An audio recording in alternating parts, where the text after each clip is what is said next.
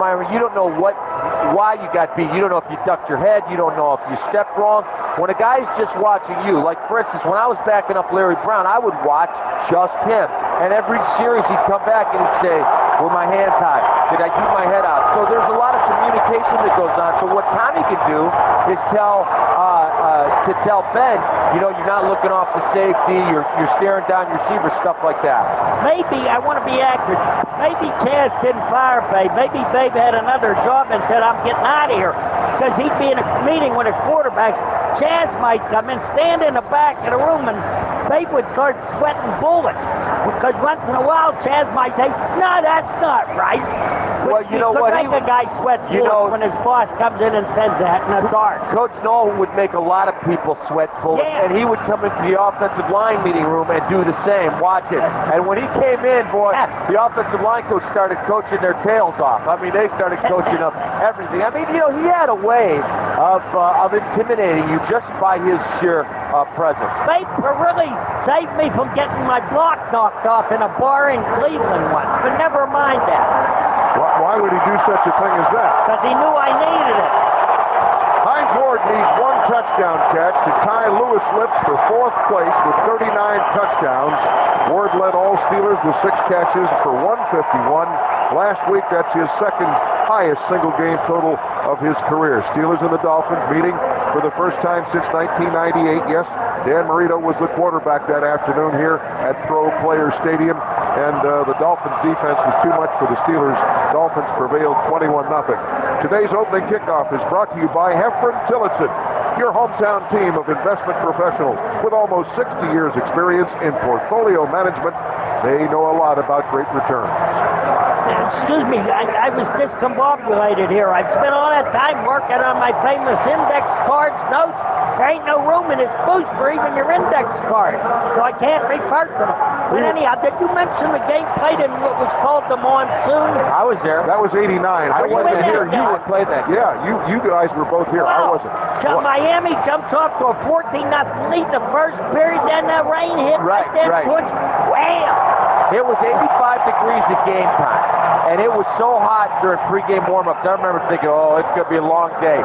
First drive, Miami marches right down the field, scores a touchdown. We go 3 and punt. They go back, score a touchdown. All of a sudden, this big front comes in, and it is a torrential downpour. And everybody on our sideline, we're just jacked because it's no longer 90 degrees, and we're hooping and hollering. And it looked like the Dolphins. They called in the dogs, put out the fire, and we turned the ball over. That's right, 45 to 14? You guys went on to turn your run. You went on to a wild card berth, the playoff, but you can see in pictures of it today where the action was, where the ball is, and the water's being kicked up. It's knee high in some cases. It was fantastic, and the Dolphins were not worth nothing after that. No, they were not. They were not. And I saw Marino in the offseason at a union meeting, and he said, "You guys were lucky that the rain came." I said, "Yeah, it was raining on both teams that day." And Bobby Brister said after the game, he says, "When it rains at our place, we ain't getting no fancy indoor field." Noel says, "Get your butts out there and practice." So he says, we were prepared for rain. Not only was it raining, but the temperature dropped like 20 degrees, and because there was a hot front in Florida late that fall, Tony Parisi, our equipment manager, didn't even bring ponchos. So everybody was freezing and it was soaked, and it was wild out. The water was actually ankle high on the field. Speaking of weather, Twitch, did you watch any of the television weather yesterday? No, I was out. I was out in it. I wanted to see what it was like. It was on all day.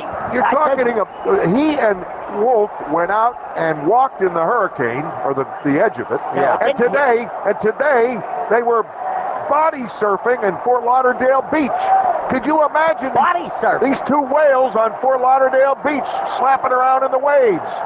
Well, yeah, and then put nothing past them. When you got one screw loose, Okay, referee Bill Levy, a retired firefighter, I might point out, in case you're interested, has conducted the coin toss. The Dolphins had won, and they will start with possession of the football. And just as the Dolphins were introduced individually, they were shooting fireworks up into a rainfall. Now that's subsided, but it's going to come and go. we have had no confirmation that Lamar Gordon, their starting running back, ain't playing. Comes to the park, as you reported, with a fever, leaving him with one healthy running back named Leonard Henry. It's his third year. He's never been in a game. And his favorite, I see in the media guide of theirs, his favorite time is spent watching TV and playing cards.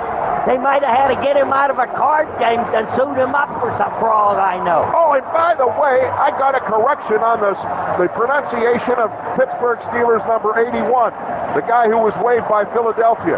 We were calling him Morey. Yeah. He says he pronounces it Morey. Morey. Honest to God. Morey. Well, we took the official pronunciamento, didn't we? Yes, I guess From we the did. Steelers. Meanwhile, the Steelers will kick it off. Jeff Reed has it teed up on the 30-yard line to our right and favoring the right hash mark. And there are kickoff return people back. Wes Welker, the rookie from Texas Tech, who was just waived by San Diego, apparently is going to touch the football. This guy in the booth with us, he's a rookie. I says, how do you pronounce your name? Tunch or Tunch? He says Tunch. I said, okay. The coach has always mispronounced names, so they're calling him Tunch.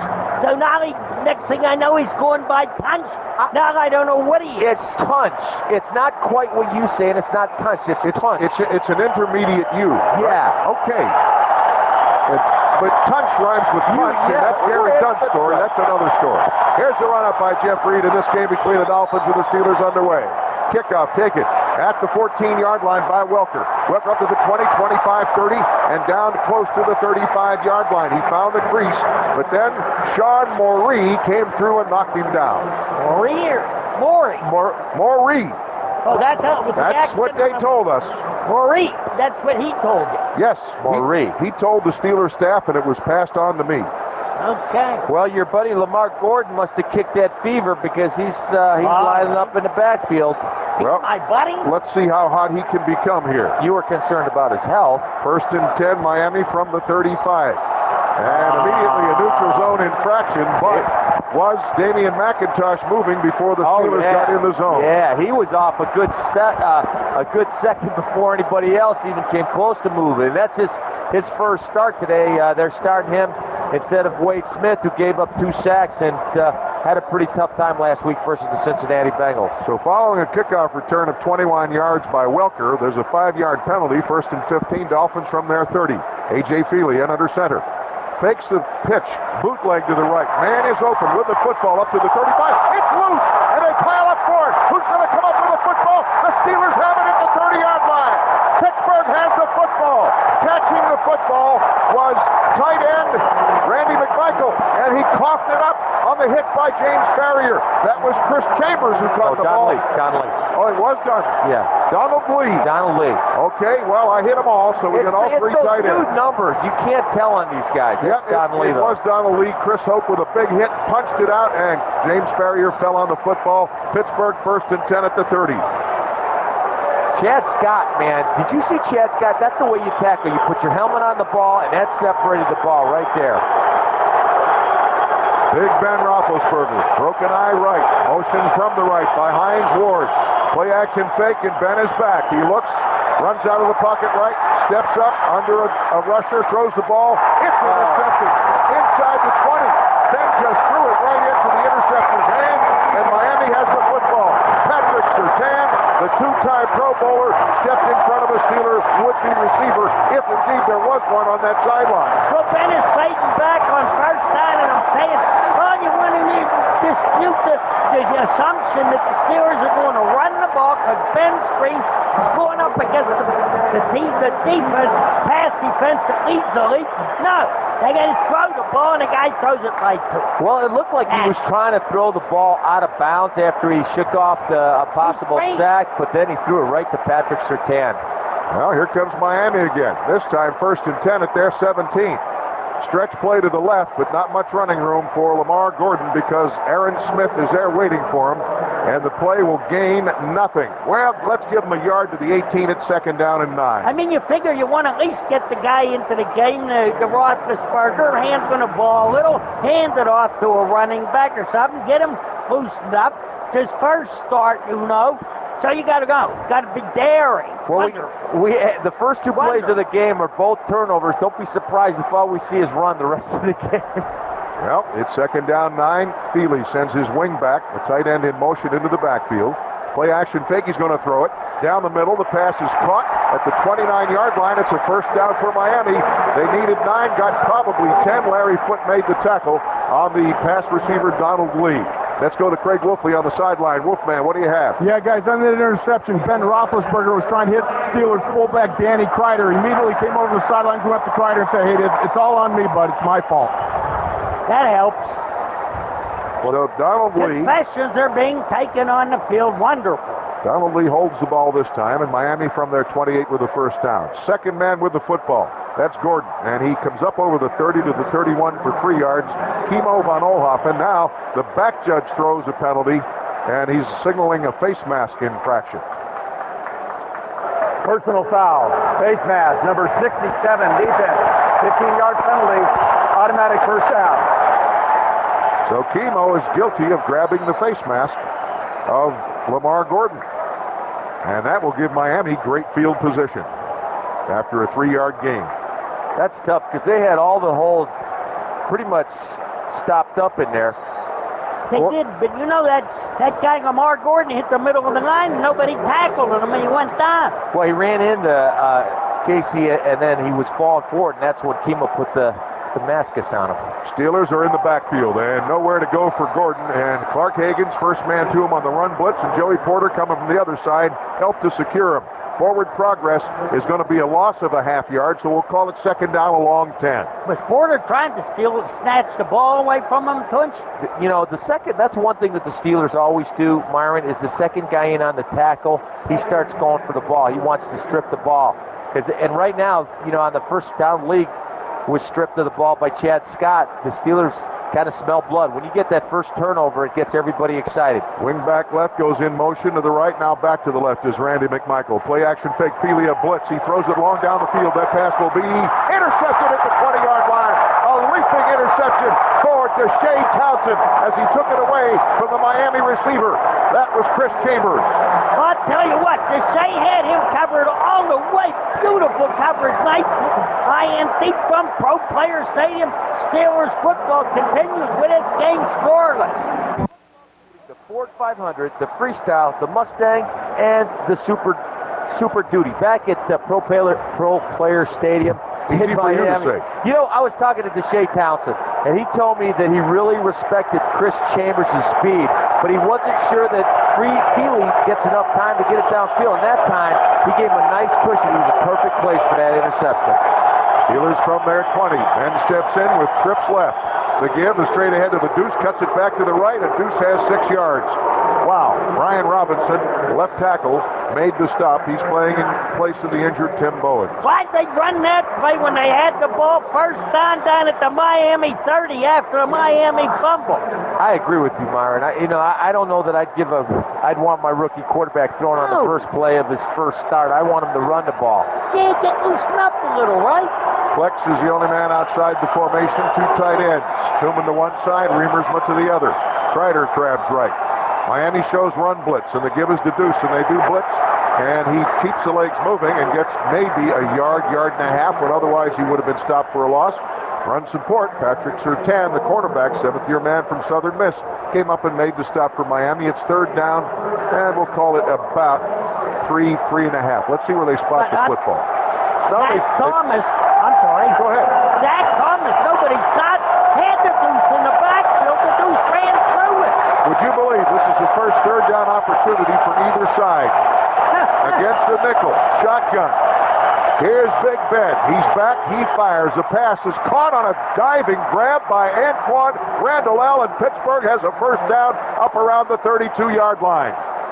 Great job by Randall running that outright underneath Lee Mays, and Big Ben was looking at him right from the spot. Just set it 7 yards and let her fly. Good protection by the Steeler offensive line. Hey, Ben whistled that ball, didn't he? Will pull the nickel back, made the tackle. Actually, he's the dime back. They were in 6 defensive back coverage right there. So the Steelers, after the 7-yard pickup, 1st and 10 at their 33. Ben has A slot to the right. Play action fake. He's back, looks left. Throws it long, and there's Plex running under it. And he falls, and he still catches it at the 25-yard line. He stumbled and fell, kept his concentration, and the Steelers have a big play. Holy moly, I mean, he's right near that infield. We see that dirt. Whether he got caught on that dirt or on a seam, I don't know. But that's where he fell, and he's on his behind and flat on his spine, and he catches the ball. That was a 42-yard reception. Myron, if you notice that time, Hines Ward and Plexico lined up on the same side. They both ran go routes, but Plexico ran his as a post pattern, and no one in the middle was helping out on Plex. Miami shows blitz. Sam Madison beaten on that play, the 4-time Pro Bowler. Now the Steelers fake the end around and go to Deuce off right tackle, and Deuce grinds for a couple of yards down to the 23 to bring up a 2nd down and 8. I missed something on the 3rd down play when he threw the L for the 1st down. Did they take Deuce out of the game or leave him in? No, he was out because Haynes was a sidecar. See, Coach Cope, you are coaching tonight. You bet. 2nd down and 8. Ball at the 23. Steelers with 2 tight ends. An offset backfield to the right, and that's where Plex is lined up as the only man outside the formation. And Deuce tries to go behind the block of Remersma, but not much there. That Miami defense has everything clogged on the skin portion of the surface, the baseball diamond portion, which is dirt. So it's 3rd and long for Pittsburgh. There was virtually no gain on that play. They're going to grudgingly give him 1 yard. How about all the dirt infields in Cleveland you played in, Tunch? You know what? I hated dirt infields. Also, the dirt infields in the Astrodome. As a matter of fact, one time we played down in the Astrodome, Wolf was so sweaty, he kept rolling the dirt. Chuck Noll thought we were playing in mud. 6 defensive backs. 3rd and 7. Then in the shotgun. Here's the blitz. He runs right. He looks as he runs. He throws against the grain, and the pass is incomplete at the 7-yard line.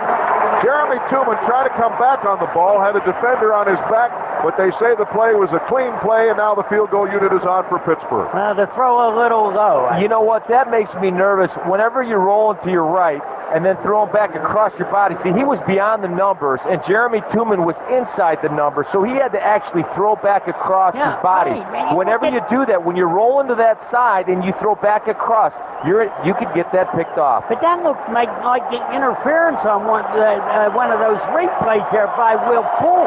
40-yard field goal attempt from the right hash mark by Jeff Reed. Gardocki has it down. The kick is on its way. That kick is up. That kick is good. The Steelers draw first blood. 40-yard field goal by Jeff Reed, and Pittsburgh's on top with a score 3-0 Steelers. First quarter, this is the Pittsburgh Steelers Football Network.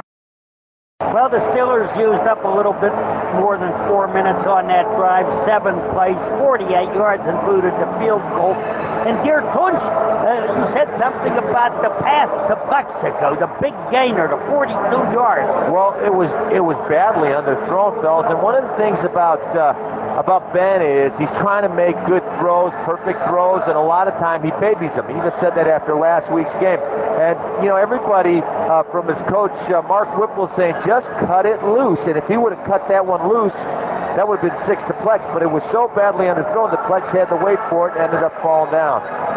Here's Reed on the run-up for the Steelers kickoff, and he booms it deep. It's going to come down, taken at the 1 by Wes Welker. Up across the 10 for the Dolphins at the 15, gets out of a tackle at the 20 and grinds up to the 25, 26-yard line, where finally Ricardo Coakley got him off his feet. This Welker come in off the street this week when, as you pointed out earlier, they cut loose that guy Brightful, Lamont Brightful, after he couldn't hang on to the football from Pro Player Stadium. Steelers football continues with a score: Pittsburgh 3, Miami 0. Hey, Steelers fans, listen to the Steelers' first offensive drive of the second half, the Subway Select drive of the game. If the Steelers score the next day at Subway, a 6-inch Italian BMT sub will be just $1.99. Subway, choose well.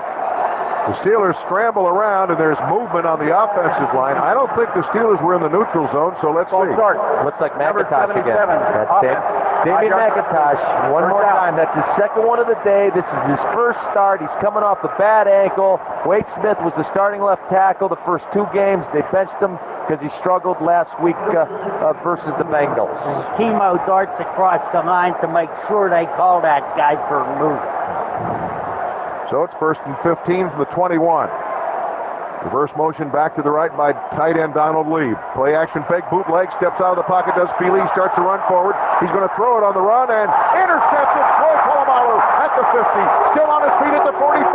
Gives ground at the 45 of Miami. Cuts inside a defender and then ducks down so the ball doesn't pop loose at the 43-yard line. And we've got markers down in the Miami backfield. Larry Foote on the blitz forced Feely to throw that ball on the run. That ball was intended for Chris Chambers, was it not? So anyhow, the foot was there. Who intercepted that ball? Oh, we got offsetting penalties there.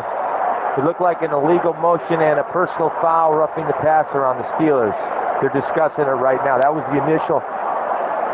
No, wait a minute. Tunch, well, wait a minute.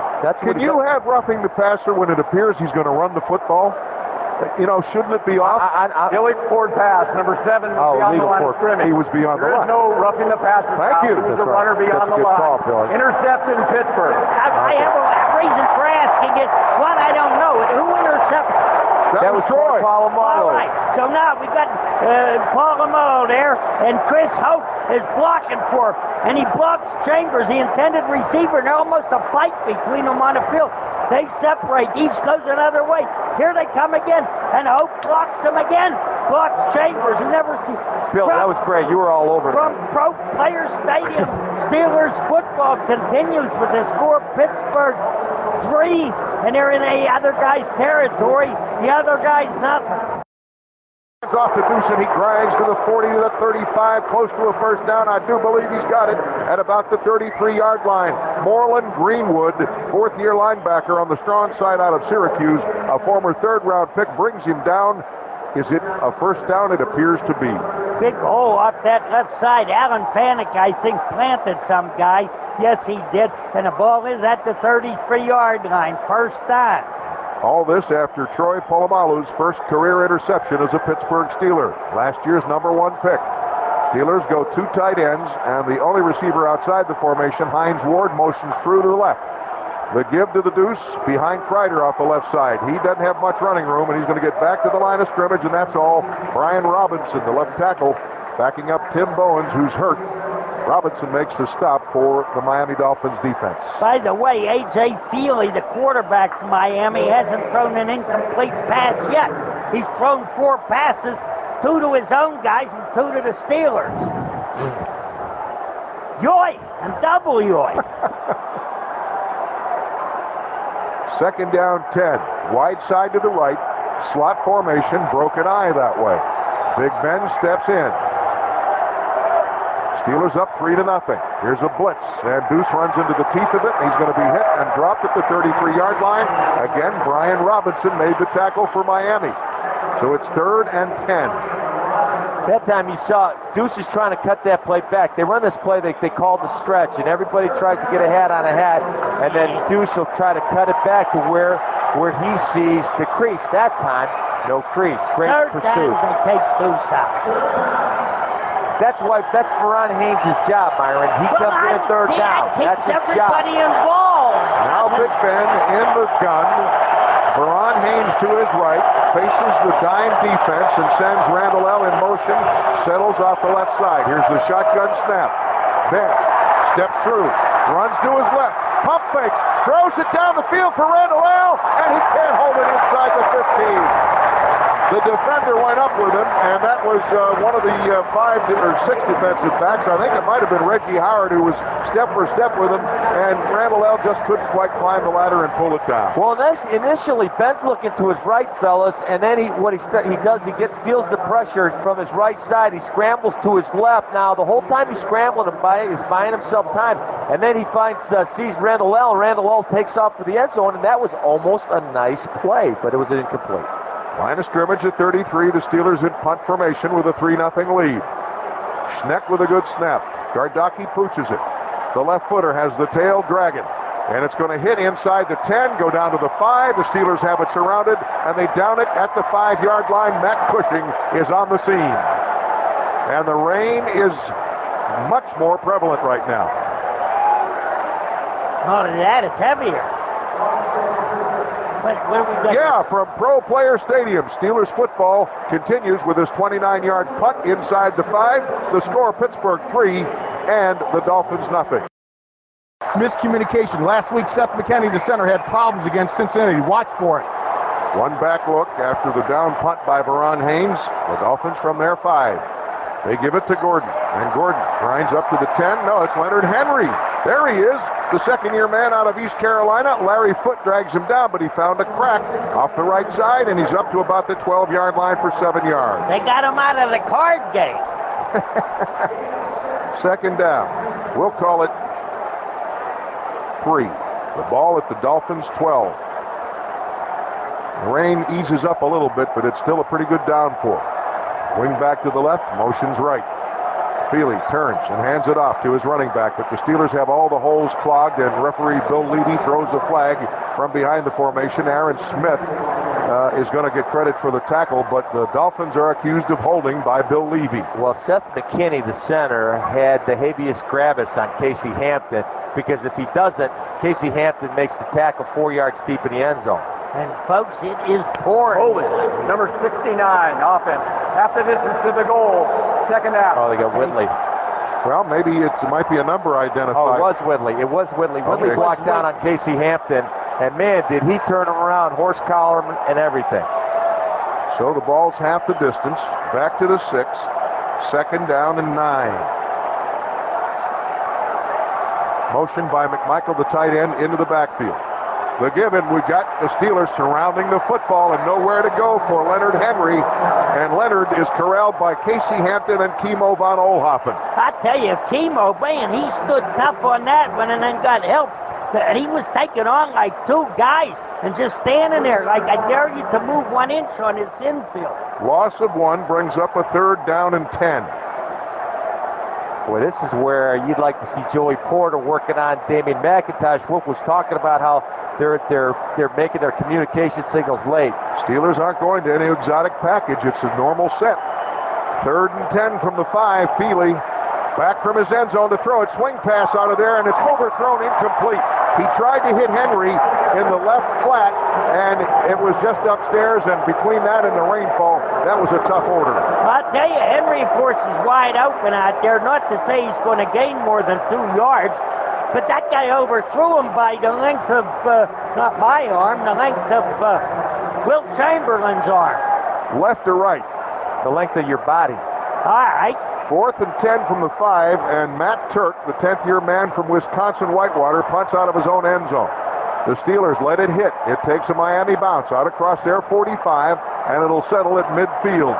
So the Steelers, in a deluge, take over at midfield with a 3-0 lead. And Randall L. wisely let that ball fall because it's pouring rain.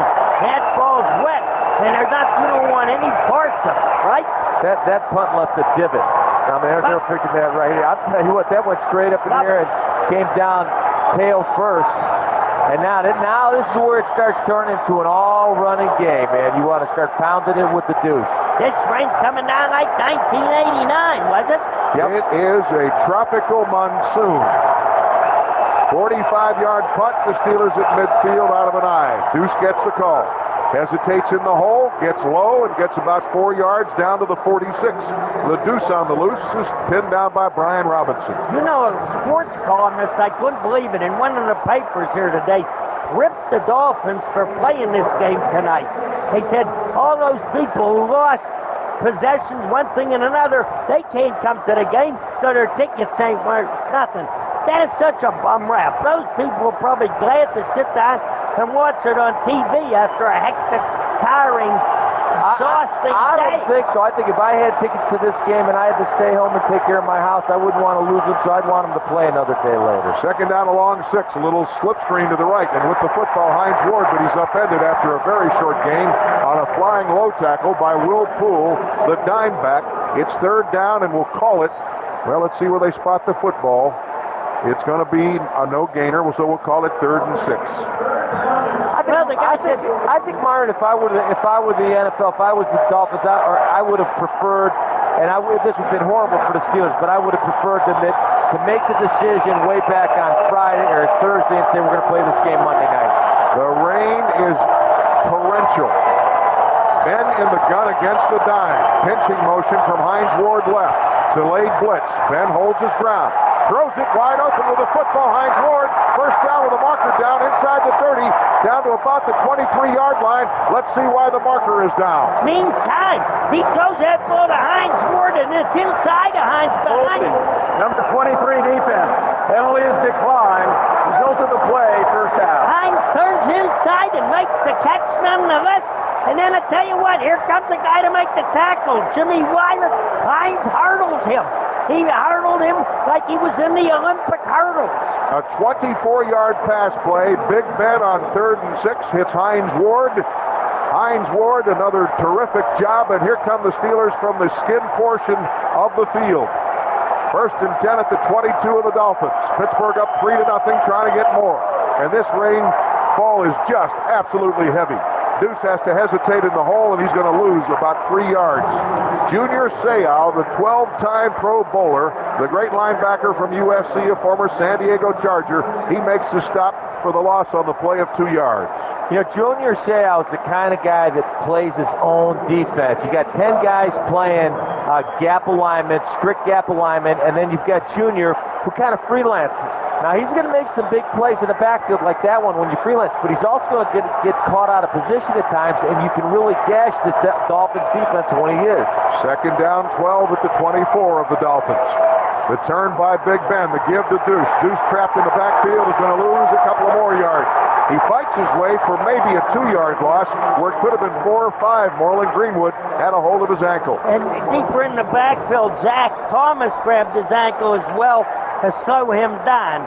Unlike the other play before where Zach couldn't stop the Deuce in the backfield.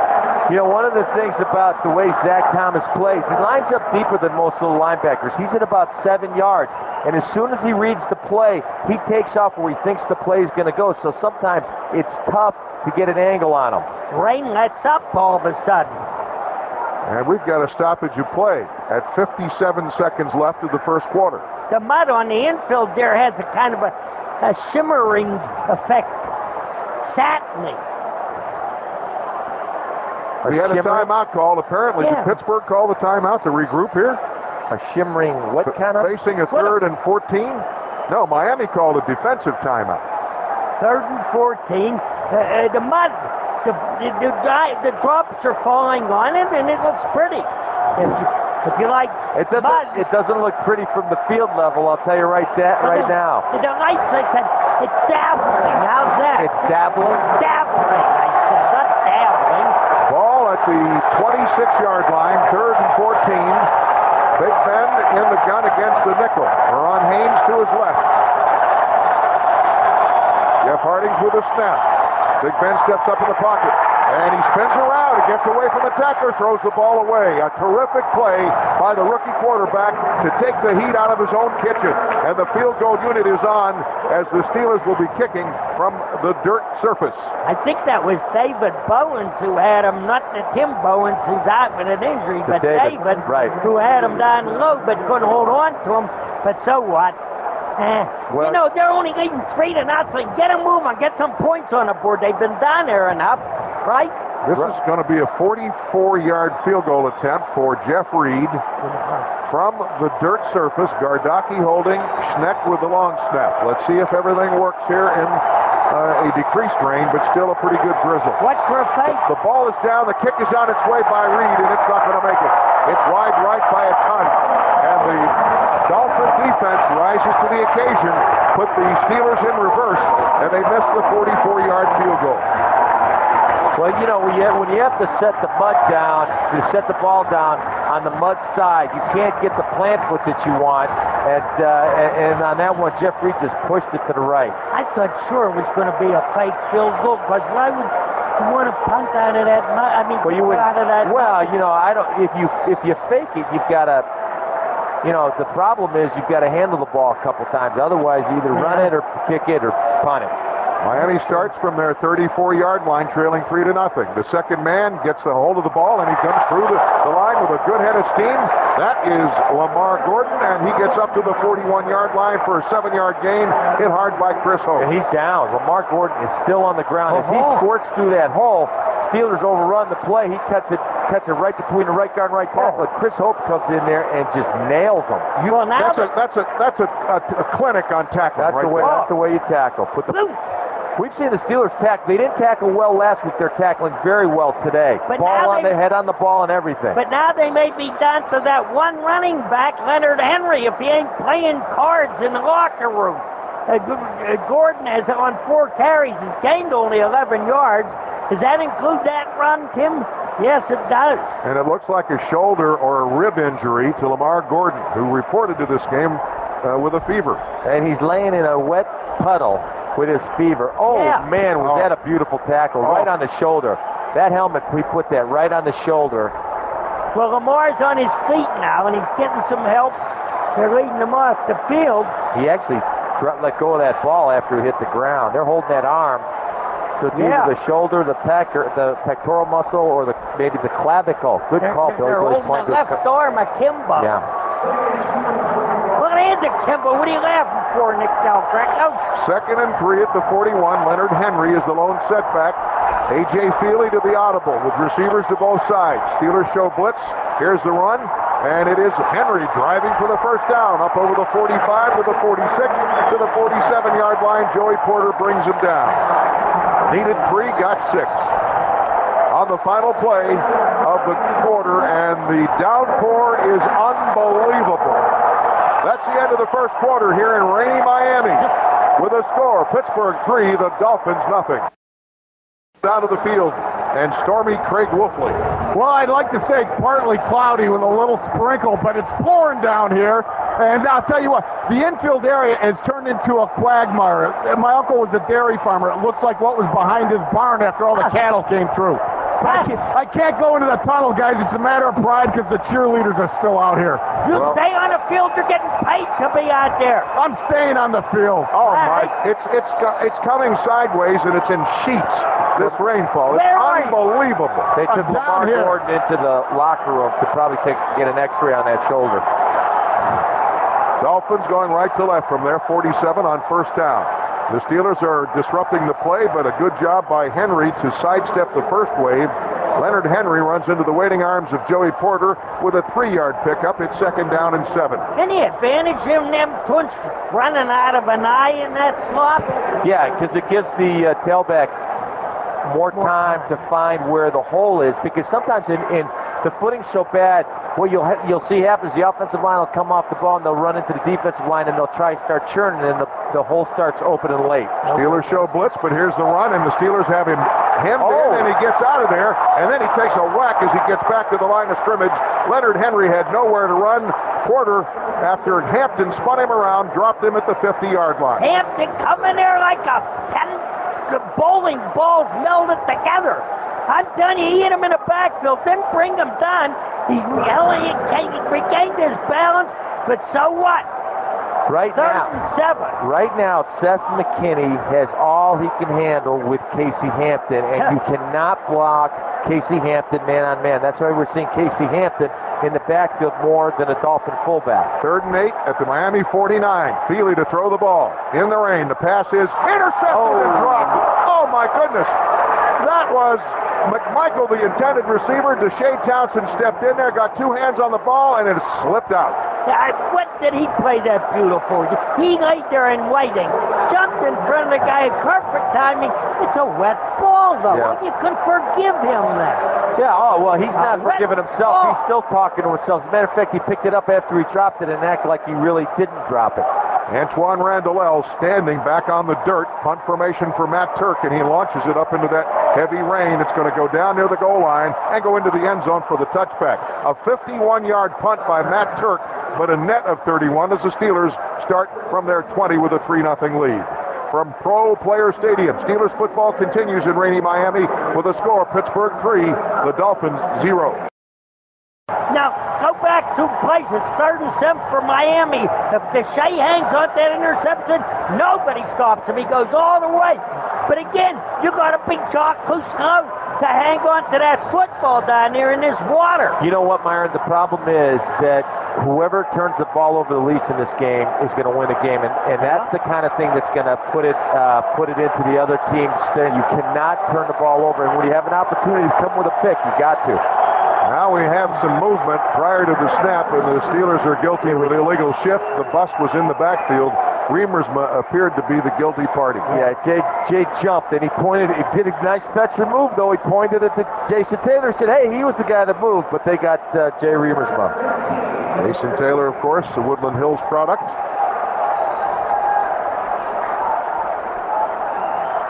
And the Akron University product. Now the Steelers 1st and 15 from their 15 after the procedure call. The bus dots the I. The dirt portion of the surface, and he gets the call. And he starts off the left side, puts the head down, and gets a couple of yards. Probably about 3 up to the 18, where Sam Madison came in to help get him off his feet. It'll be 2nd down and 12. I missed my 9 o'clock bill. So you're going to take it now at 9:30. Is 9:20. is it a sleeping pill? There's 3 of them. I don't know. They're in packets. What are those pills that you're taking? I don't have any idea, but I'm supposed to take them. Maybe it's an anti-rain pill. My next door neighbors are Bob and Carol Paff. They pack these things. They're very nice to do that for. 2nd and 12. Ben fakes the handoff, bootleg. He's going to keep it. He gets a block, scampers, markers down everywhere. And I think the Steelers are going to have this one brought back. Hines Ward, was he clutching someone? Greenwood made the stop on the far sideline. Well, there's 8 out of the 11 white shirts that are on the field right now. Dolphins are pointing towards the Steelers. Well, it doesn't count until the guys in the stripes do. Good idea. It was on Hines. Good eyes there, Billy. No, that's our spotter picking things up. Because it's really tough to see in this rainfall, right, Craig Wolfley? Absolutely. My goodness, it's coming down in buckets. By the way, Hines Ward had the grabus there on Sam Madison, and he gave him a little twirly like you would do in a square dance. Oh, look, do you see that sheet of rain blow across the infield mud? When Goose, the referee, was dancing to get out of the way. The Steelers on the dirt portion, 2nd and 20 from their 10 in a real heavy downpour. Ron Haynes is the lone setback. And he gets the call. Stutter step, glides to the left, turns the corner. And he gets a few yards, about 8 of them. Yeah, Sammy Knight stayed with him and brought him down. But he got it back to that trail stick, so it's going to be 3rd and about, let's see where they spot the football. It's going to be 3rd and about 10. Well, I tell you what, Veron had his helmet in Sammy Knight's sternum, and it came out the other side through his spine. You know, that was a huge run, fellas, because it's not 3rd and long. If he would have got caught in the backfield, it's still 3rd and 20. And that's a great, now you've got some punt room if you have to punt. This is a tropical storm, it would appear. I mean, the rain is just coming down. Against the dime, Ben in the shotgun, 3rd and 10 from his 20. Wraparound draw. Haynes cuts it back and gets close to a 1st down. It all depends on the spot. I think he does too, up at the 30-yard line. Patrick Surtain supplied the tackle for Miami. For the time being, I'm going to shut up. I was just going to say. You're talking over me. Let me talk. I just said, for the time being, I'm going to shut up about keeping Deuce in on 3rd down. I said it. You don't have to remind me. I would have preferred to have said it. No, you butt in instead. Oh, sure. If someone else would have made the mistake, you would have been all over it, Myron. Veron Haynes has 2 successive 10-yard runs, and now the bus dots the I. In the rainfall, 1st and 10, Pittsburgh at the 30. Steelers up 3-0. The bus into heavy traffic, buys a couple of yards as he went from the dirt to the grass and now back to the dirt again. And he gets maybe about 1.5 yards before Jeff Scanina, the former Pittsburgh Steeler, 12th-year man from Purdue, starting in place of an injured Miami Dolphins defensive tackle. Scanina has played for Pittsburgh, then Carolina, then Indiana, then the Rams, and now the Dolphins. Well, it's 2nd down and 8 from the 32.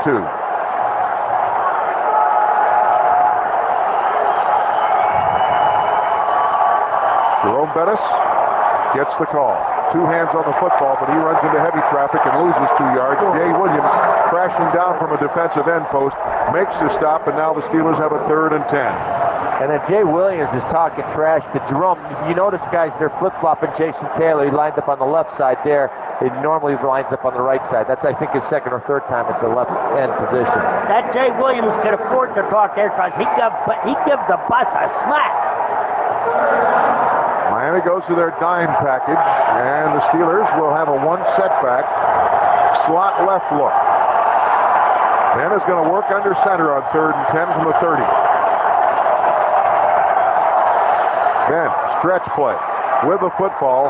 That's for Ron Haynes. He buys a couple of yards up to about the 35. Far short of the lead stick. David Bowens made the stop, and the punt team is on for Pittsburgh on 4th and 5. Hey, Wolf, running in those conditions down there, that'll tire a back out fast, won't it? Well, especially slogging around in the mud, it'll tire them out. And I tell you what, Myron, if you're down here, they'd have to nail your shoes to the turf to keep you from blowing away. How dare he talk to me like that? I don't know. How dare you talk to him like that? How dare you talk to him like that? Here's the snap. Gardocki does a good job by getting it away.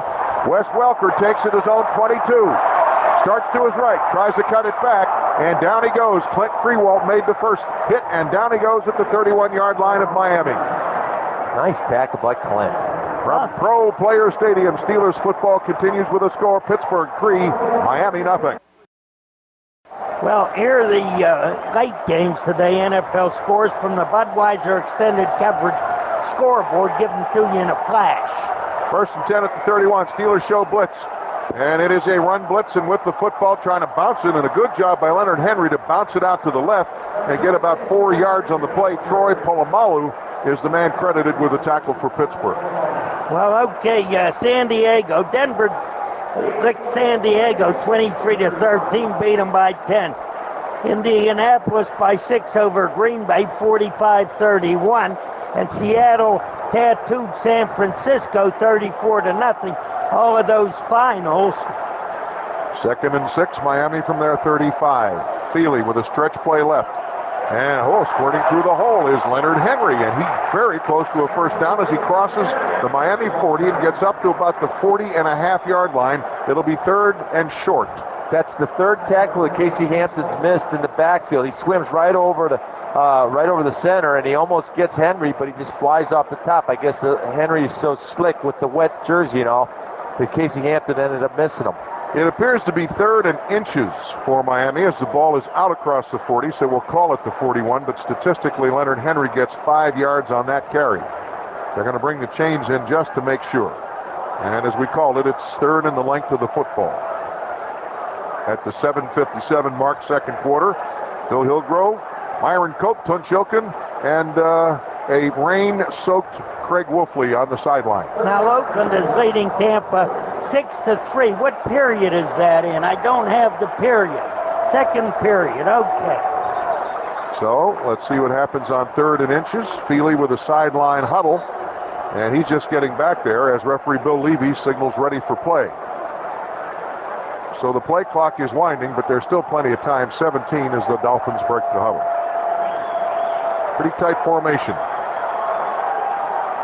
And they go on a quick count. Feely with a sneak, and he appears to have the first down. The 4th-year quarterback from Oregon, traded by Philadelphia to these Miami Dolphins for a number 2 pick this year. And the Dolphins move the sticks, and that brings mock cheer from Dolphin partisans. The official downfield on this sideline is standing in what appears to be a swimming pool. Yeah, he's about ankle deep. One of the things, when the rain stops, you can throw the ball in this kind of weather. It's keeping the ball dry that makes it difficult to throw, so when it's raining. But when the footing's bad, it's easier. The receivers actually have an advantage. 1st and 10, Miami from their 42. Feely, draw handoff. And bouncing into his own blocker is Leonard Henry, and the Steelers by that time swarm, and he has no chance to go forward. As a matter of fact, he's thrown backward. Casey Hampton plugging the hole. The Steelers bringing Larry Foote up the middle on a blitz, but to no avail, excuse me, as they run off right guard. When the Steelers came in there piling up, Troy Polamalu comes in underneath. He grabs both of Henry's feet and pulls them out from under him as a couple of Steelers had him up high. Craig Wolfley, is it raining now? It's not raining right now, but I'll tell you, it was raining on that Dolphin back because Clark Hagan's planted them. Second down and 10 at the 42. One back look, Feely to throw the quick out, and it's complete to the tight end, and the Steelers miss the tackle. That's Randy McMichael down the field for the first down, crossing midfield, 45, and he gets all the way down to the Pittsburgh 38-yard line where Troy Polamalu makes the stop. Chris Hope had the shot at him. It appeared to be a clear shot, but again, with the wet turf there, I don't know. It's easier for the receivers here because, see, the guy, there's a flag out there, by the way, and it looks like I don't hear the kid, but they threw a flag and they must have picked it up. You know, the thing is, on a wet field, it's easier for the receivers because they know where they're going. The defensive backs, they're trying to chop their feet and they're short-stepping it because they don't want to miss, and he ended up missing there anyways. 16-yard gain. First and 10 at the Pittsburgh 42. Feely rolls the pocket right, throws the ball out there, and wide of the mark, incomplete. Into the Steelers bench.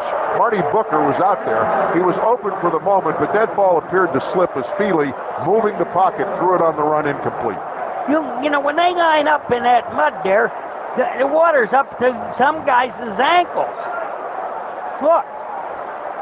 Well, maybe that's exaggerated. Now, you know what? It looks like it gives that illusion because the lights are reflecting off of it. It makes it look like a puddle. The lights are dim. Yeah, right. By the way, this is Miami's first trip across midfield in this football game. Second and 10 at the Pittsburgh 42. Feely hands it off, and the Steelers make a great play. Aaron Smith drags Leonard Henry down by one arm and just yanks him. And now A.J. Feely, should you deeply care, has thrown 5 times today. Is that right? Is that a 5? Huh? 8 times. And completed 3 for 25 yards and 2 interceptions. And the coach may never let him throw again. Well, he's got to. 3rd and 10 at the 42 of Pittsburgh. The Steelers now go with 6 defensive backs. Feely under center.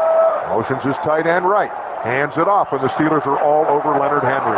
He's down at the 45. He loses 3 yards. The Bluebirds are out, and so is the punt team for Miami. So he didn't go to once that disagreed with you. Yep, he did, and how dare him. Farrier with a great play, and Aaron Smith with a good contain on the play. Hey, once they just don't want anything calamitous to happen. No, you let that guy throw, you're going to have calamity happen. And this is where the field position becomes huge because the Steelers have been starting with their backs pinned back to the goal line. Turk gets the snap, and the snap by Ed Perry's a good one. He punts it. It goes down inside the 5, and it's going to be touched at the 3-yard line and picked up by Miami at the 5. So the Steelers, actually at the 6-yard line, will start the next possession with the football at that point. With the score, 3-0 Pittsburgh, 4:31 to go second quarter. This is the Pittsburgh Steelers Football Network. Hey, Steelers fans, check out the Antoine Randall L Show with Stan Savran live at Dick's Sporting Goods at the mall at Robinson every Tuesday from 6 p.m. to 7 p.m. 39-yard punt by Matt Turk, down to the 6-yard line by Miami, and the Steelers with the long road to hoe here, but they have a 3-0 lead with 4:31 to go. But they're mired in that dirt end, which is now dirt and water, mostly water. And mud. This is a game, it's scary. It is scary. It's terrible. You know, like you said before, it'll be decided on a break. One turnover will totally change the course of this football game. First and 10 at the 6. Big Ben breaks the eye left and hands it off to the left. And that's Veron Haynes. And he gets a couple of yards running into the pile. Jeff Sganina anchoring that pile. But the gain is 3 yards up to the 9. You know, Veron Haynes seems to have good footing in this stuff where other backs don't. Yeah, you know what? It's because he's built low to the ground. Guys that are built low to the ground do well in mud. Second down, 7. And also short striders do well in mud, too. Hey, Cope, is he as good as Hydroplane Delaplane? Oh, the Hydroplane Delaplane. I was the guy who named him. It's a nickel package, but Steelers go to the stretch play, and finding a little crack is Veron Haynes, and he gets up over the 10 to about the 11, almost the 12. We'll call it 3rd and a long 4. Sganina again making the stop for the Miami Dolphin defense. And the Steelers drafted him, to everybody's surprise, out of Salem College in West Virginia. Georgie Porgy Purvis came into the press room with a big smile on his face. He said, this guy run like crazy, 100 yards in the mud. I said, call him a hydro plate. He was a good back, but he tore up a knee. Haynes averaging 6 yards a crack in the mud. Against the dime, Big Ben is back in the shotgun, flushed out of the pocket, throws against the grain, and it's batted incomplete. Somebody got a piece of that ball, but fortunately it fell into the water. David Bowens defending on the play, pass intended for Veron Haynes. You don't want to even put that ball in the air. Look, here are these dazzling statistics by the great Steeler receivers. What's that guy at the bottom? Heinz Ward has 2 catches for 24 yards. Randall Love has 1 for 7 yards. And Burris Plexico 1 for 42 yards. Gardocki to punt from his own end zone. Good snap by Schneck. And he punts it, and he launches a good one. Backing up is Welker. Taking it his own 37. Comes up over the 35 or 40. They miss him, and down he goes on a flying tackle by the special teams demon Clint Grewald. And they call the ball down at the Miami 43-yard line. Boy, I hesitate to say it given the circumstances here. Grewald come in like a submarine. Yeah. 51-yard punt by Gardocki, and that gives the Steelers a little bit of breathing room field position-wise. From underwater Pro Players Stadium, Steelers football continues with the score: Pittsburgh 3, Miami 0. Back at Pro Players Stadium, the Steelers are still up 3-0, but the Dolphins have the ball on their own 44-yard line. The thing that worries me, fellas, is that the Steelers have been losing the field position battle, and it's got to turn around. Motion by Chambers all the way through to the right. And the Steelers are all over the running back. Joey Porter was in there and part of the play, and Leonard Henry said, wait a minute, you got the wrong colored shirt. And Joey steps into the Miami backfield after coming in there dazzling, beautiful, a great play, and he gives you the boot. It's a great play. Oh, a 2-yard loss. Can that boot? Second down, 12. Miami from their 42. They trail 3-0. 2:27 to go. Here's second quarter. Miami has 2 timeouts left. The Steelers have 3. Uh-oh, the ball slips out of Healy's hands as he tried to slip screen. He dives for cover at the 35-yard line. That was Kimo von Oelhoffen in there to make sure. Yeah, Kimo's coming, and the quarterback decides to hit the dirt or the mud, whatever, because he don't want Kimo landing on it. When he's looking to his right, trying to get that ball into Chambers' hand, as soon as he cocks it, the ball just flips out of his hands because it's really slick, and it's a loss of 7 yards. And now we're starting to see the Steelers are pushing the Dolphins back. And now we have a timeout called. Nope, it's a 2-minute warning, and that's the 2-minute timeout warning, which is brought to you by the United States Air Force. Cross into the blue with the score 3-0 Pittsburgh. This is the Pittsburgh Steelers Football Network. All right, it is 3rd down and 19 for these Miami Dolphins. Dan Marino probably sitting in the stands saying, glad I'm not out there. He's probably still in New York. He's not in the stands. He's in New York doing his pregame show. Getting his second dose of makeup, right? Well, what are they waiting about down there? But anyhow, all right, here we go. We're going to get a little football. 3rd 19 at the 2-minute warning. Feely under center from his 35 after, they go to the gadget look. Bouncing out of a tackle is Leonard Henry, but the Steelers have him surrounded. He gains a couple of yards. Larry Foote spun him around, and then Joey Porter wiped him up. I think Porter wasn't he the guy that missed him in the backfield? Who was? Larry Foote. Oh, I'm sorry, Bill. That's okay. He was in there, clear shot, bam! Well, didn't bring him down. We've seen that happen. We've seen a bunch of missed tackles that way. It's going to be punt formation here, and we've had a timeout called at 1:48 to stop the clock. Okay. I got to believe that the Steelers called that timeout because there's no other reason for the clock to be stopped. Well, and the Dolphins surely aren't going to call timeout. That's helping the Pittsburgh Steelers right there. So we got 148, yeah. All right. Here's a spot where you could get a break on a punt, right? Yeah, well, one of the things that you got to do, now they're going to have them play right now. Maybe they just called, no, the clock is stopped. Here is, blocked. The punt is blocked. Markers are down. The ball is going to roll dead at the 50-yard line. Ike Taylor, And wow. Ike Taylor got in there and blocked the punt of Matt Turk. Now let's see why the markers are down.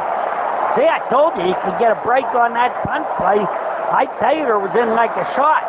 Miami had a man downfield. Steelers say we'll take the football at midfield, Hey. leading 3-0 with 1:38 to go, second quarter. Now that completely changes the complexion. Sorry, Myron, of that next drive. Of this next drive. Ike Taylor with a big play got in on Turk and blocked the punt partially. It rolled forward to the 50-yard line, and that's where the Steelers take over. And it's 1 minute and 38 seconds left before halftime. Big Ben breaks the eye to the right, tight slot out that way. Steelers are on the grass portion of the surface. Play action fake. Ben's going to air it out. And he throws it long down the field for Plex, and Plex has it intercepted and dropped. Stepping in between Plex and the ball were Antoine Edwards. Twan, the 6-year man from Clemson, had it for an instant and then dropped it. Boy, I'm telling you, Big Ben's getting away with a little murder here. Well, that would have been a punt pass anyhow, so I like the call. After a turnover, he goes for the throat. I like the call. Play action pass. You're running the ball all game long. Try to suck up those safeties and get it downfield to the big guy. I like the call. Well, where's my eyeglasses? They disappeared. They're right in front of you. Thanks, Nick. Got to read a stat here. second and 10 at midfield with 1:31. Dolphins sense run. They bring people. Verron Haynes spins away from one man. Can't get rid of the second, but fights his way with good body lean for about 3-4 yards. Brian Robinson got him off his feet at the 47, so it's a 3-yard gain, and the clock winds to 1:17. Big Ben has thrown 10 times, completed 4 of them, had an interception. The 4 passes were good for 73 yards, thanks to a stupendous catch on a 42-yarder by Plexico Burris, catching it while he's laying on his spine. Third down and 7. Dolphins go with their dime package. Ben goes empty set. How about this? At 51 seconds to go till halftime. Now motioning into the backfield and settling is Verron Haynes. Ben throws the ball, and it's caught near first down yardage up at the 41-yard line by Hines Ward, but it's short of the sticks by maybe a half yard. Will Poole came up and made the stop. Hey, you know, the Marvell Smith on the left tackle's doing a pretty good job. Was that Jason Taylor? He was standing stock still. Well, Jason Taylor played left side. They've been flipping Jason Taylor, Myron. He's been lining up more on Oliver Ross than he has on Marvell Smith. But as Marvell, you agree, playing a nice Very ball nicely game. done. Very nice game. Pittsburgh calls a timeout at 19 seconds to discuss this fourth and short. The ball is going to be at the Dolphins' 41-yard line, so it's 4th and 1. Now, do you go for it here and then try to kick a field goal after a play or two, or do you just punt the ball? That's the dilemma that Bill Cowher faces. I think the reason he let the clock wind down to 19 seconds, Bill, is because he's going to try to get the first down. If he gets the first down, he's going to call timeout and go downfield a couple times to get close enough to kick a field goal. And this way, if he stopped, the Dolphins only have 19 seconds to try to mount the drive to get into field goal range themselves. Pardon me if I punt. No, he's not going to punt. He's No, going I for ain't it. saying he's going to punt, but I would punt because this is too fluky a game to be fooling around. Suppose he... Well, you're going to turn the ball over Yeah, you're right. 60 yards. Yeah, you're right. I think this is a good call. He's not against an offense that can't move the football very effectively. You're right. You're right. Fourth down, the Steelers apparently will go for it. 4th and less than a yard. And they go to a fake pass, and the pass is caught first down. There goes Hines Ward down the field, still on his feet at the 25. Tries to duck a man at the 20. And with 8 seconds left, the Steelers have the ball at the Miami 20. They fake a couple of handoffs. Coming up firing, Big Ben on the swing pass. Hines Ward coming around the formation, pulled it in, sidestepped the tackler, and finally Patrick Surtain got a hold of him. And Hines Ward made a stupendous catch. It was low. The pass was low, and he reached out to a foot off the ground where he catches the ball. Then Plexico Burris comes back upfield. He gives Hines a block. You watch that on a replay. Tell me if I'm wrong. No, you were absolutely right. Of course, you were also the one that said, excuse me if I punt. I said you're right 18 times. How many times do you want me to say you're right before the play starts? The field goal unit is out there. Chris Gardocki will await Mike's next long snap. It'll be a 40-yarder. The breeze is not real strong right now. There is no rain to be seen. So from the right hash mark, it's a 40-yard attempt for Jeff Reed to try to make it 6-0. Good snap. Gardocki has it down. The kick is up with a marker down. That kick is no good, but let's see why the marker's down. Bill Levy said procedure call against Pittsburgh. And that's going to be a foul of dead ball variety, I do believe. Well, he's got another shot at it. He missed it. Now it's going to be a 45-yarder instead of a 40-yarder. You know, this is when you're the Dolphins, you really wish you could decline it because he's got another shot at it. There's only 7 seconds left on the clock. And now he's just got another shot at trying to make it. He's got the leg for it. It's so timeout called by the Dolphins. And that is apparently to ice the kicker, Jeff Reed. Reed, the third-year man from North Carolina, picked up by the Steelers after a kicking audition a couple of years ago. Had a great start, but now has made 11 of his last 19, and he's going to be asked to make one from a distance of about 45 yards. He did miss the 40-yarder, I might point out to you, but the penalty now moves him back a little bit. Did you guys hear or read where Orlando Mari was saying this is the toughest place to kick in the National Football League, and he's always worried about the moisture and the dampness on the field and the winds? Sargenzo, I thought. What did you think? Jeff Reed said he was actually right, except he didn't at least have to do it in the snow. 45-yard attempt apparently upcoming here. Schneck over the ball. There's the snap. Gardocki has it down. The kick by Reed is on its way. It's up, but it's wide left and no good. So the Dolphins dodge a bullet, and with 2 seconds left of the half, the Dolphins take over 1st and 10 at the 35-yard line.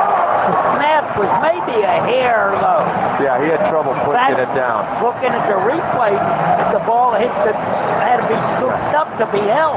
Yeah, you're right. He had trouble getting it down. I mean, it's a slick ball. I mean, that field is so wet. Anyways, getting back to our conversation, Orlando Mari was saying this is the toughest place to kick. So I asked Jeff Reed about it. He goes, he's right. The winds and the moisture make it that, but he goes, at least he doesn't have to kick in below zero weather.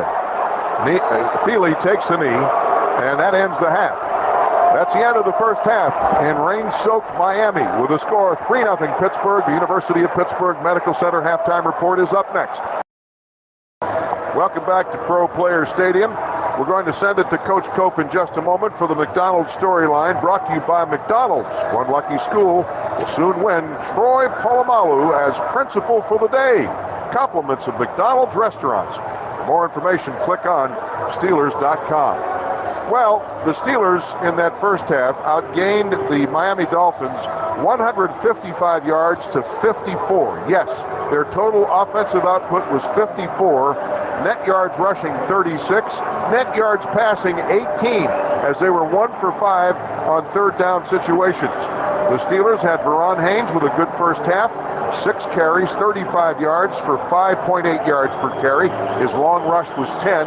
Deuce Staley had 10 attempts for only 18 yards. That's 1.8. His long run was 10. Big Ben was 6 for 12. 97 yards passing. His long play of 42 yards set up the game's only score.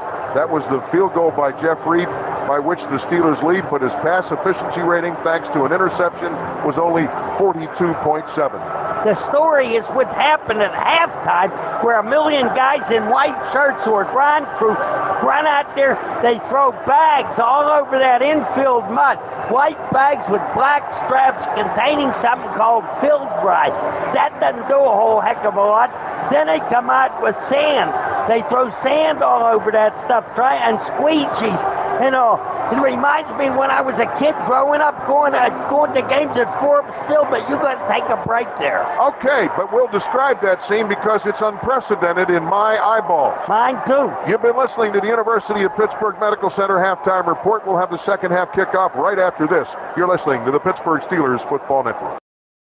Steelers football is sponsored in part by the Pennsylvania Department of Health, who encourages you to be a quitter. Quit smoking. By Rolling Rock Beer, Grab a Rock, Latrobe Brewing Company, Latrobe, Pennsylvania. By Giant Eagle, official supermarket of the Pittsburgh Steelers.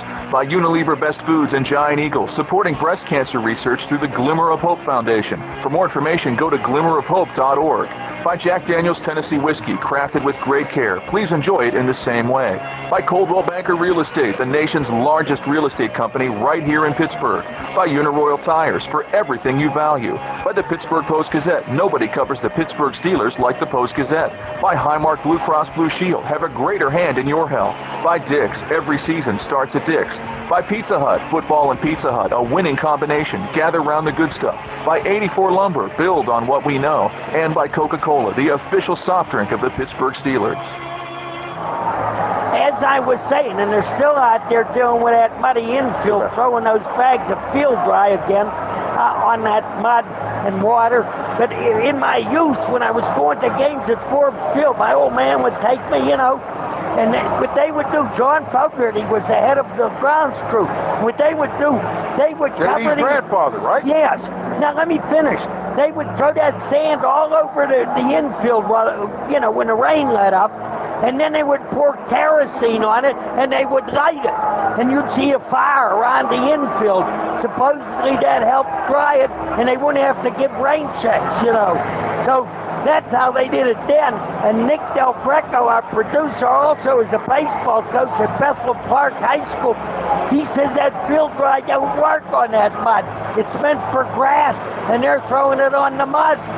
I don't think I'd want to kick from any part of that surface, and I think something tells me in the pit of my stomach that this game may be decided on a kick from that surface. Well, I wouldn't want to be tackled there because you could drown. Yeah, it's bad. You could drown. Craig Wolfley, have you ever seen anything like this in your lifetime? Yeah, I have. Actually, guys, it was worse back in '89 when we played down here. It rained so hard when you stood on this sideline, you couldn't see the opposite bench. That's how hard it rained. But did you ever see anything like this with all these guys with the field dry packages? No, that's a modern invention there. You know what? I was thinking if I ran over there and dumped some on myself, maybe that would help. Well, He caught me with a mouth full of water and nearly spit it out on my flip card. John Kolb grew up on a farm in Oklahoma. He always talked about the job he hated to do most was slopping the pigs. And the way he used to describe it is what that infield looks like. I'm giving you an estimate. The white-shirted grounds crew there, it must total 30 guys. if they'd had this many guys at Giant Stadium when the Steelers tried to play the Jets on that snow field, it wouldn't have been a bad condition. Yeah, you remember a game in New England? Let's stop that. What are they doing now? They're picking up them sacks of field dry, which Nick says ain't intended for dirt. It's intended for grass, but they're putting it on dirt, leaving the grass alone. No, he's saying it's not intended for puddles. It's not intended for standing water. It is intended for muddy dirt. But it's the standing water that it's not all it's going to do is make kind of a quagmire like mud out of it. So the grounds crew knows what they're doing? Well, sort of, kind of. Sort of, kind of. I love that pun, sort of, kind of. Well, not completely. They're trying to reduce the puddles on the infield, and they're smaller puddles, but now there's just going to be more mud. I ain't had so much fun since Cannonball Butler ran into the game just in time to run into a punch I remember that as if it were yesterday. I ain't had so much fun since then. They send him off, he goes in late, runs right into the snap from the center to the punter. Cannonball Butler. Unfortunately, that one play represented a whole era of Steelers football that we'd rather not talk about. Oh, this is fun. 3-0 Pittsburgh. This game is delayed now. At least the third quarter start delayed by the Gremlins and their field dry. Well, it was funny because they brought one cart out with about 50 bags, and they dumped them all over the infield, and they start spreading it out. Then 18 seconds before the third quarter's supposed to start, they come out with another cart. Yeah. And they start dumping a bunch more on there, and it's delayed the start of this third quarter. This never happens. NFL football. to get back to the guy who said they shouldn't have been playing tonight, he said the only reason they were, they had sports columnists, is because Wanstead wanted to get a full week's worth of practice for his next opponent. I'm sure Cowher did which too. is the Jets, yeah. And I'm sure Cowher did too. Who's the Steelers playing next week? They play Cincinnati at home. They play the Jets at home, but he's going to have a long enough week anyhow, Wanstead, because it's a 4:15 game. In the meantime, we're going to get home to Pittsburgh flying out after this here game. We're going to get home about 8 in the morning. They're bringing some more field drive stuff. Field drive. They're bringing another cart full. Do we have any scores we can give to people? The NFL will find someone. Who wrote that note? Tim Williams, our stat man. nice thought. Who are they going to find? I don't know, but it's taking a little while here for all the field drive to be distributed. But now they're cleaning the bags up. You know what looks good? The pitcher's mound area, but there'll be no kicks from that area. They're all working on the pitcher's mound. Look at them. Let's go out on the field with that new field dry and see how the footing is. They're walking in circles down there. What do they measure? The Dolphins going to kick the ball away to Pittsburgh, and the Steelers will have return people in that field dry area. And now the Gremlins are finished with their work. They get a standing ovation as they exit the field, and we're ready for the football game to resume with the Steelers leading 3-0. I didn't cite A.J. Feely's pass efficiency rating first half. He completed 3 of 8 for 25 yards, picked twice, and he was sacked once, and his pass efficiency rating was a nifty 6.8. I think it was 5.0 last week, wasn't it? Well, then he's getting better. Yes. Antoine Randall is the deep return man for Pittsburgh, as Olindo Mare will tee it up. And Mare, by the way, has an excellent percentage of touchbacks. He's got 4 so far this year. He's second in the conference in that regard. He's got a strong leg. Young man from Syracuse who's now in his 8th season, signed in '97 by the Dolphins as a free agent.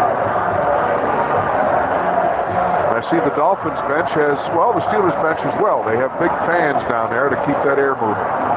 Did you mention, Billy, excuse me, I didn't hear, how up front the Steeler receiver, oh no, there's one back at the goal line. Yep, that's Antoine Randall, the former Indiana quarterback. He's moving over to the grass. Well, let's see where Mare kicks the football. Before he booms it, and he kicks it straight down the middle of the field. And here comes Randall out of his own end zone to the 5, 10, 15, 20. Still on his feet, 25. Jitterbug move to the 30 and down at the 32-yard line. A nifty, shifty kickoff return for the diminutive Antoine Randall. Who risked the kickoff from 2 yards deep in the end zone thinking somebody's going to fall in that mud and he might just break one. Yep. Greenwood ended the play for Miami. Attention Steelers fans, it's time for the Subway Select drive of the game. If the Steelers score on the first drive of the second half, then tomorrow a 6-inch Italian BMT sub will be only $1.99 at participating Subway locations. Subway, choose well. The Steelers from their 30-yard line. 1st and 10 with a 3-0 lead as we start the third quarter. Pinching motion from the right. The give to the left is Deuce Staley. He turns the corner. He's got a first down and more. The Deuce is on the loose, and Steelers fans in attendance are saying Deuce, Deuce, Deuce.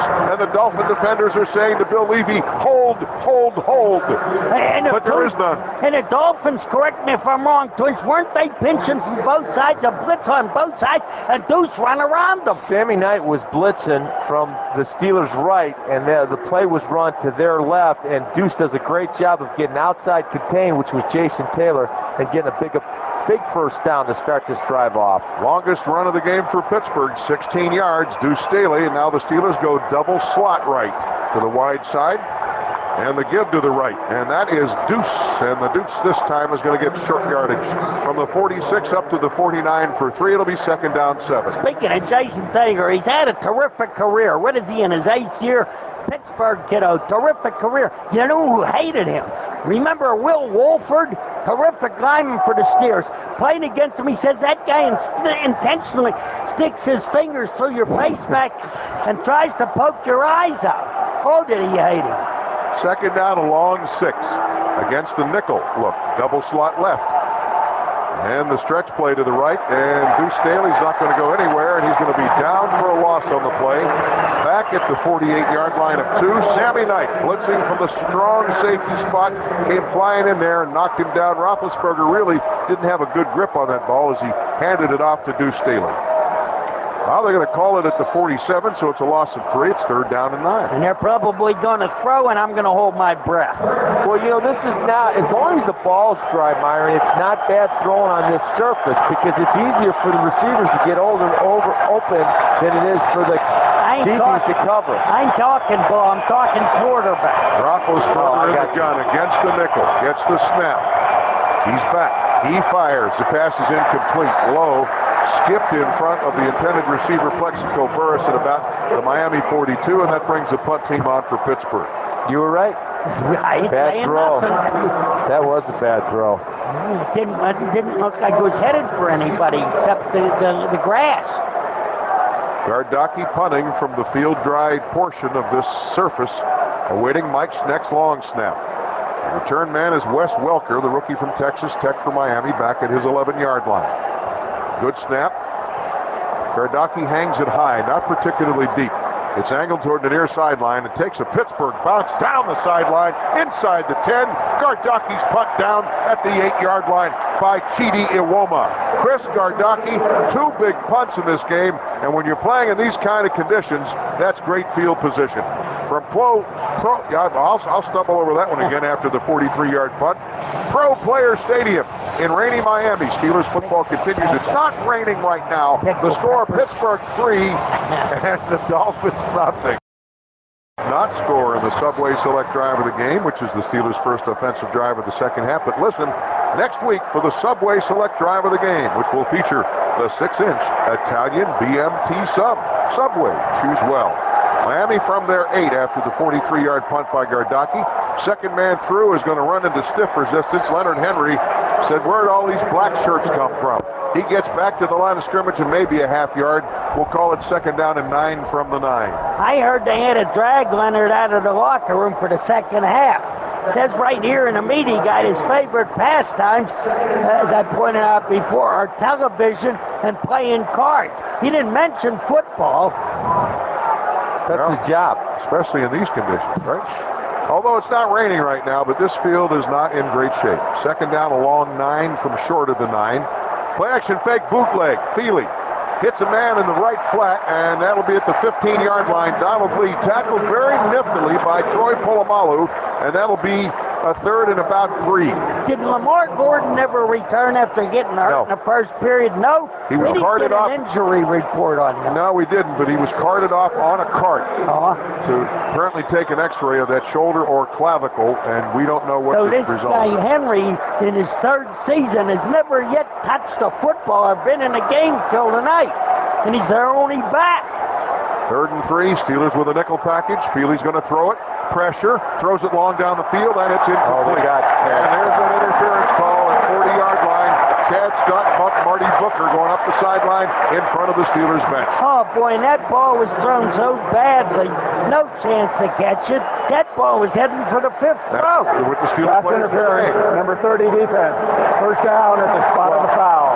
See, the thing is, Chad Scott was running. He was in man, and he was running with his back to the quarterback, and he runs in to the receiver. And the problem is if you've got your eyes on the receiver and you're not making an effort to the ball, they're going to call you. Okay, so he was, in essence, they call that face guard, right? Yeah, but there is no face guarding anymore. But that's what they're saying. You've got to make an effort to get to the ball, and you cannot impede the progress to the point of the 23-yard penalty to the 38. Ooh. Oh, what a tackle. Flying through there to knock Leonard Henry into next week was James Farrier, the 7th-year man from Virginia. Ooh, did you see that? He shoots through between the guard and the tackle, and he just donks him.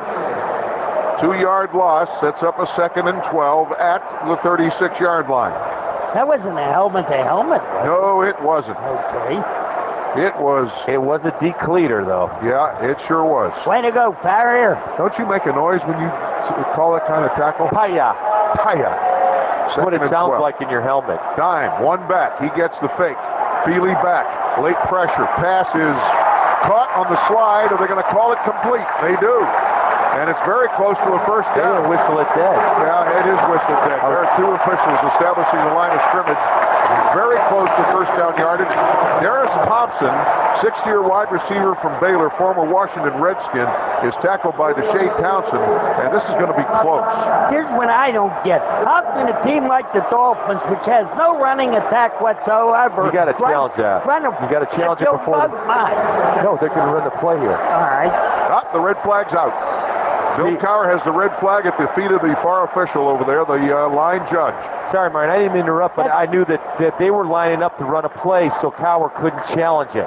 Pittsburgh is challenging the ruling on the field that the ball was caught. By the way, it gives us time to remind you as to the names of the crew. We told you about referee Bill Levy, the umpire Richard Hall, the head linesman Gary Slaughter, the line judge Charles Stewart, the field judge Gary Cavaletto, side judge Don Carlson, back judge Billy Smith, replay official Jim Blackwood. Did you have something real quick? No way that ball was caught. It skipped on the replay a yard in front of the receiver. Well, thank you, Coach Cope, from Pro Players Stadium. And I can say it correctly if you give me enough times. Steelers football continues with the score. Pittsburgh 3, Miami nothing. Steelers touchdown. The ruling on the field was catch. The receiver did get his hands underneath the football. Therefore, it is a completed pass. Pittsburgh will be charged their first time out. Anyways, getting back to this. Every Steelers touchdown, Ray Vincent and American Equity Mortgage will donate $99.99 to the Western Pennsylvania Children's Fund. Steelers lose a timeout. 3rd and 1, Miami from their 47. Feely hands it off, and straight ahead comes running back Leonard Henry. He appears to have the first down, up around the 48-yard line.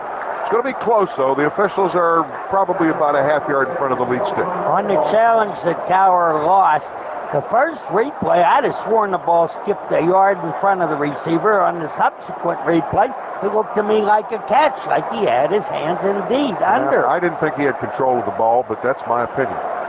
They're going to bring the chains in, and head linesman Gary Slaughter is going to help Bill Levy decide how close this is. Well, it made me think that it was a no catch, is the way the Dolphins went up there for their hurry-up offense, so the Steelers couldn't challenge it. And it looks like about an inch short. A couple inches. Now the Dolphins want to go for it. And here comes Matt Turk out, and listen to the Boo Birds in Miami. Turk punted 10 times last Sunday night against Cincinnati, would you believe it? 10 times. That's how potent their offense was. Miami calls the timeout. They may decide to go for it. With a score 3-0 Pittsburgh. 10:26 to go, 3rd quarter. Wanstead sends his punter out. The crowd boos, and then Wanstead pulls his punter off. They're going to go for it on 4th and inches. As Marv Levy once said, the great coach, he said, as Confucius once said, coach who listens to fans ends up sitting with fans. 4th and a couple of inches. Feely with a sneak. The Steelers hit him high. It's going to be, the ball's loose. And let's see who has it. They whistled the play dead, apparently, as Feely got to the top of his quarterback sneak. He kind of jumped into the air, and somebody hit him high and drove him back. It's going to be real close on this measurement. Well, Wanstead, we know The runner's progress was stopped before he fumbled. We're going to measure for a first down. that ref sounds like me. you. Yeah. We got two Andy Devine. Yeah, he sounds like me, and my voice is just coming back. This is going to be close. Ooh, James Ferry comes over the top, and that ball comes out of there as Troy Polamalu flies over the 2. He wasn't down when that ball came Well, out. they ruled him down, so a whistle must have sounded. Down by contact. Here's the chain stretched out. Yeah. No! Steelers football. He shouldn't have listened to the crowd. You were Marv Levy right. You end up sitting with a crowd. Now, Dave's a swell old pat. Loves it, that's right. He's under a lot of heat. That don't help him. From Pro Players Stadium, Steelers football continues. Believe it or not, with the score, Steelers leading 3-0. 47 of Miami. Hey, Steelers fans, come see the U.S. Women's Soccer Federation Fan Celebration Tour as they play Iceland at Heinz Field on September 20th, Wednesday at 7:30 p.m. Tickets are available at ussoccer.com or at Ticketmaster. Nice job by James Farrier and Larry Foote as Feely tried to go high on 4th and inches, and they stopped him short. Here comes Big Ben. Breaks the eye to the left. Flanker to the boundary right, pinches. That's Hines Ward. The give is to the tailback, Deuce Staley. Trips over his own blocker, Dan Kreider's foot, and that allows Junior Seau to make the tackle. And the advance is only 2 yards. He would have gotten a couple of more, I think. Boy, you hear that dudes on it. That many Steeler fans here. Yeah. It must be. It was a pretty good turnout tonight here. Considering what it looked like at pregame, it looked like an Indiana State crowd. Miami has their nickel package out there, and Big Ben goes to the shotgun on 2nd and 8. Got a sidecar to his left. There's the snap. He fires. The pass is caught, first down, and that's Hines Ward. And he gets it inside the Miami 35 down to the 34-yard line. That is a pickup of, 11 yards and a first down. Will Poole made the stop. Hines find a zone there and simply stopped and caught the ball. Yeah, Will Poole was dropping way back there, giving Hines a lot of cushion. Boy, he gave him enough cushion you could... I mean, Mae West could have lied down on all that cushion. 1st and 10 at the 34. Pittsburgh driving on Miami with a 3-0 lead. Play action fake. Roethlisberger back. Late pressure. He's going to throw it incomplete. Threw it near a would-be interceptor. Jeff Spadina had a hold of him. Miami wants an intentional grounding call from Bill Levy, but there is no marker down. And now he's going to get help from other officials. And now, are they going to call a penalty? Intentional grounding, number 7. Offense. No receiver in the area. Ben Roethlisberger is protesting. And now the officials huddle up. Well, Ben's saying there was a receiver in the area, and he was way in the tackle box when he threw that ball into the ground. Well, the last time Ben... Penalty will be enforced at the spot of the foul. Loss of down. 2nd out. The last time Ben threw on first time was his first play of the game, and he threw an interception. So here he's throwing on first down again. You saw what happened. So that 11 yards that Hines Ward picked up, the Steelers give back on a penalty, and they lose the down at 2nd down, and we'll call it 21. Well, you know, there was nobody in the area that Ben threw there, but then you could argue that throw he made to Plexico was about the same way. Miami shows blitz, and now they pull out of it, apparently. 2nd and 21 at the Miami 45. Steelers go to the end around. Hines Ward try to turn the corner. He does. Positive yardage, and he gets a late nick out of bounds into the Miami bench. That's Antoine Randall, not Hines Ward, coming behind the formation and taking that end-around handoff. Twan Edwards forced him out near sideline at about the 40-yard line. It'll be 3rd down and 16. Well, you know, you fake that handoff a lot of times on your straight plays to hold the backside of the defense down. And you run it enough, it kind of lulls the defenders to sleep. On that time, Williams was waiting right there. He didn't follow down, tried to make the play on Deuce. And he was there waiting for Al. Big Ben in the gun. 3rd and 16. Gets the snap. Only a 3-man rush. He waits wide open. Hines Ward. He's not going to make the first down. He's going to be hit, knocked out of bounds at the 32. So it'll be 4th down and 8, and the decision for Bill Cowher. And he quickly sends Jeff Reed out to try a field goal. Well, Reed, toward the end of the first half, he missed on a 40-yarder, but there was a 5-yard penalty, wasn't there? And then he missed on a 45-yarder. Right. You know, I was asking him because the flags were flying in all different directions. Pre-game, I said, have you figured it out yet? He says, oh, just kick the thing. Don't try to play the wind here. This is a 51-yarder. If he makes it, he'll match his career long at Kansas City. Right hash mark. Yardaki awaiting the long snap with Mike Sneck. It's a high snap, and he gets it down. The kick is on its way. That kick has plenty of leg, but it is going to be good. It went over the crossbar. Jeff Reed matches his career long, 51 yards, and the Steelers double their lead. I think Barry made it. I'm telling you, you're holding your breath like you die holding your breath, but it made it. Throw there. Great point. Big score in this game. From Pro Player Stadium, Steelers football continues. 8:02 to go, 3rd quarter. Pittsburgh 6, Miami nothing. Oakland leading Tampa 20.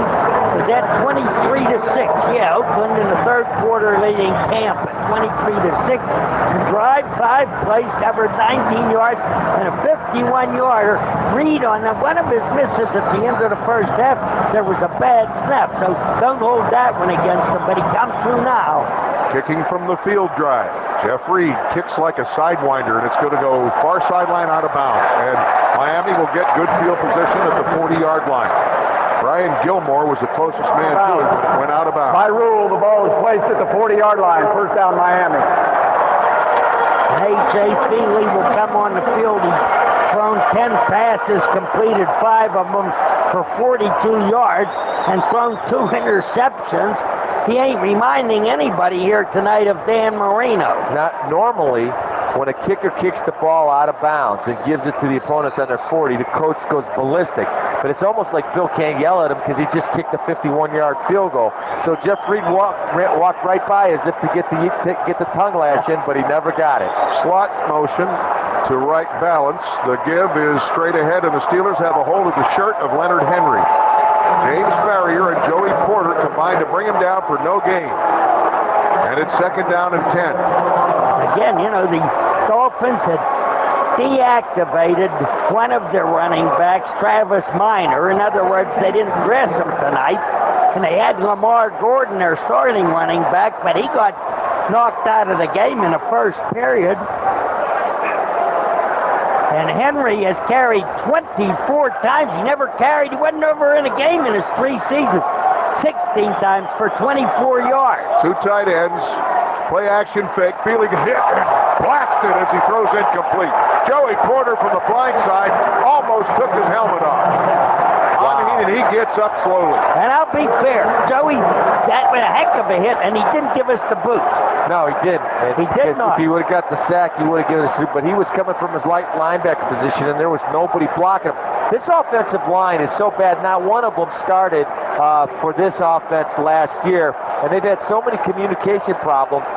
When your best pass rusher, which is Joey Porter, is unaccounted for, not a running back, not a tackle, somebody messed up. 3 wideouts, 1 setback, 3rd and 10, Feely back. Pressure, spins out of there. Chase throws it off, and what a hit by the Steelers. What a hit on tight end Randy McMichael by James Farrier, who was playing one great football game. My teeth fell out when he made that hit. I mean, I caught them. Go here, put them back. My new crowns fell out, I'm telling you. What a hit by Farrier. Wow. And here's something we didn't mention. That 3 points that Reed made, that come after they failed on that quarterback sneak, Miami, right? Yep. Here's the punt by Matt Turk. Late pressure, but Ike Taylor can't quite get there, and the kick will be taken by Antoine Randall at the 15. Hemmed in right. Now he comes back to the left, and he's going to get a yard return, and that's all. And the Steelers are kind of pinned back in the field dry area, the infield portion of this surface at Pro Player Stadium. Eddie Moore, a linebacker, credited with that special team stop. You know, whisper this. Clint Greenwald got away with pushing a guy in the back. Let's go to the field and Craig Wolfley. Craig, what's going on down there? Guys, there's a steady breeze blowing, and it's actually drying the field out and drying the players out. And just prior to Jeff Reed's kick, the wind died down just a little, but he still drove it into a little bit of a breeze. Ben Roethlisberger sets him up in the eye from the Pittsburgh 16, down in the slot to our left. Pitching motion from the outside left. Blitz, and it's a run blitz, and they fill the gaps, and Deuce Staley, it does not get down easily. He's only going to get 2 yards, but he gets a couple. Today's second half sideline reports are brought to you exclusively by Comcast, the official cable and internet sponsor of the Pittsburgh Steelers. Zach Thomas, 5-time Pro Bowl middle linebacker, made that stop for Miami.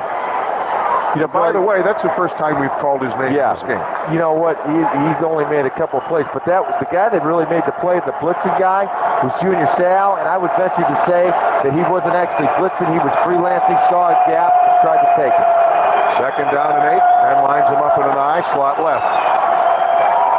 A blitz, and there's movement, and the Steelers will be whistled down for movement on their side of the ball, I would think. Let's see who the guilty party is. Prior to the snap, ball start, number 80, offense. 5-yard penalty, second down. Plexico Burress is fingered, so instead of 2nd and 8, it's 2nd and 13, and the ball is marched back to the 13-yard line. Ben Roethlisberger looking at a nickel package. I'm telling you, I don't want to see him throw here. I don't. It's trouble. He's got a 6-0 lead. You guys disagree? No, I'd like to see him establish the run, but they're having trouble running the ball. It's a good run defense. Miami shows blitz. Ben goes with a long count. And it's a run blitz. And bouncing it back to the left is Deuce. He tries to turn the corner, and he'll be drowned at about the line of scrimmage. Did I say drowned? Well, that's apropos, too. Brian Robinson drowned him at the 18-yard line. Well, you ain't going to beat anybody as Deuce tried 13-yard line, excuse me. in that mud.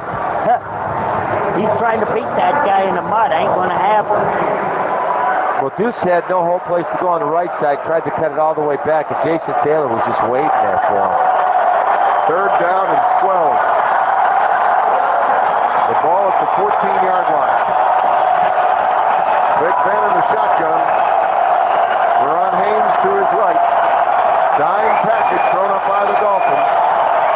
Ward motions, or Randall motions through to the right. Draw handoff. Here comes Ron Haynes. He's dragged down for a loss on the play. As somebody got his ankles, and down he went at about the 12-yard line. That was Jay Williams, a defensive end for Miami. I like the call. Ben is great. He's going to be a terrific quarterback, but he's green. So you don't want to put it in the air. No, you're right. The only problem is now you're pinned back. Your punter's putting out of his end zone. And it's slick back there. And you're snapping from the slop. From the big slop. Snapping. Yeah, it's a good snap, though, and Gardocki gets it out of there. It's a low kick. It's not going to be fielded. It's going to bounce and hit the puddle. Oh, it's hit and by the ball's kicked by whom? I thought it was a Dolphin.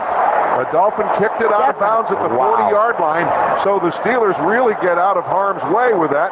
Let's see where they establish the line of scrimmage. It was kicked out of bounds at the 40-yard line of Miami, so that's going to go as like a 48-yard punt. Yeah, and you know, Wes Welker, he's not yelling loud enough. The guys that are blocking on the Gunners are not getting back there on Sean Morey. And Morey pushes back into the ball. He kicks it backwards. I think Jimmy Ryrick may have been the guy who kicked it, but what's the difference? You know, so here they are at their 40-yard line, which I'll take. That's what I believe. Gardocki will get credit for 40 yards on the punt, and then the kicker, whomever it was for Miami, will get a -8 on the return. And so it's at the Miami 40. Good call, Billy. Play action fake, Feely. To the right side, the pass is caught for good yardage, up about 8 yards to Chris Chambers. He of gold shoes. Chad Scott made the tackle in front of the Pittsburgh bench on the far side of the field. Now you see Chad Scott giving a little bit of cushion to Chambers. Chambers got the speed. Deshae Townsend was telling me that this week. He said that you respect that speed. You give him the underneath stuff, especially when you're in that 3-deep zone. And that's what Chad Scott's doing, especially with the footing being the way it is as well. 2nd down and 1. Miami from their 49. They go slot to the boundary left. And the give to the left is to the running back, Leonard Henry, and he gets the first down. He gets to midfield. He only needed 1. Kershke, the backup defensive end on the right side, 8th-year man from UCLA, and Larry Foote combining on the stop, but it is a Miami first down. At midfield. Miami trailing 6-0, trying to get something going here offensively.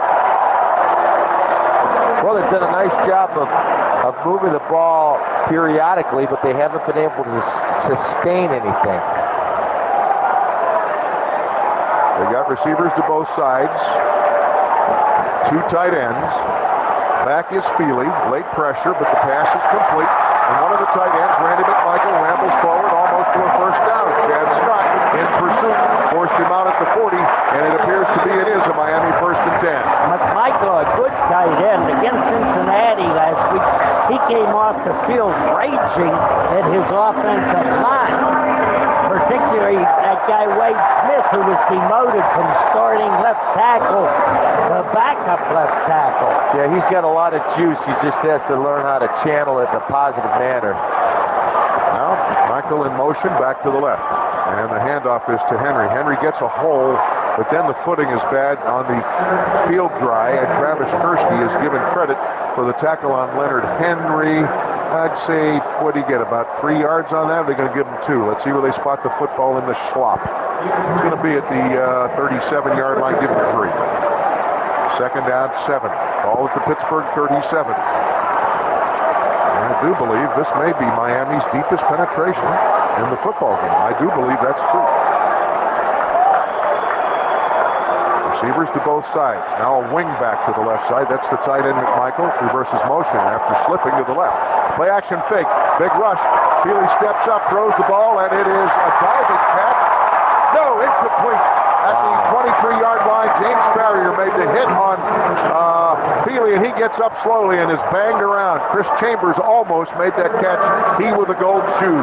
Did Farrier also almost get a hand on that ball? I'll tell you what Farrier did was got into Feely's face, and if Farrier would have been a second slower, that ball would have been completed because Feely would have been able to really set his feet and follow through on that ball. Farrier's having a huge day. Is he not? Day.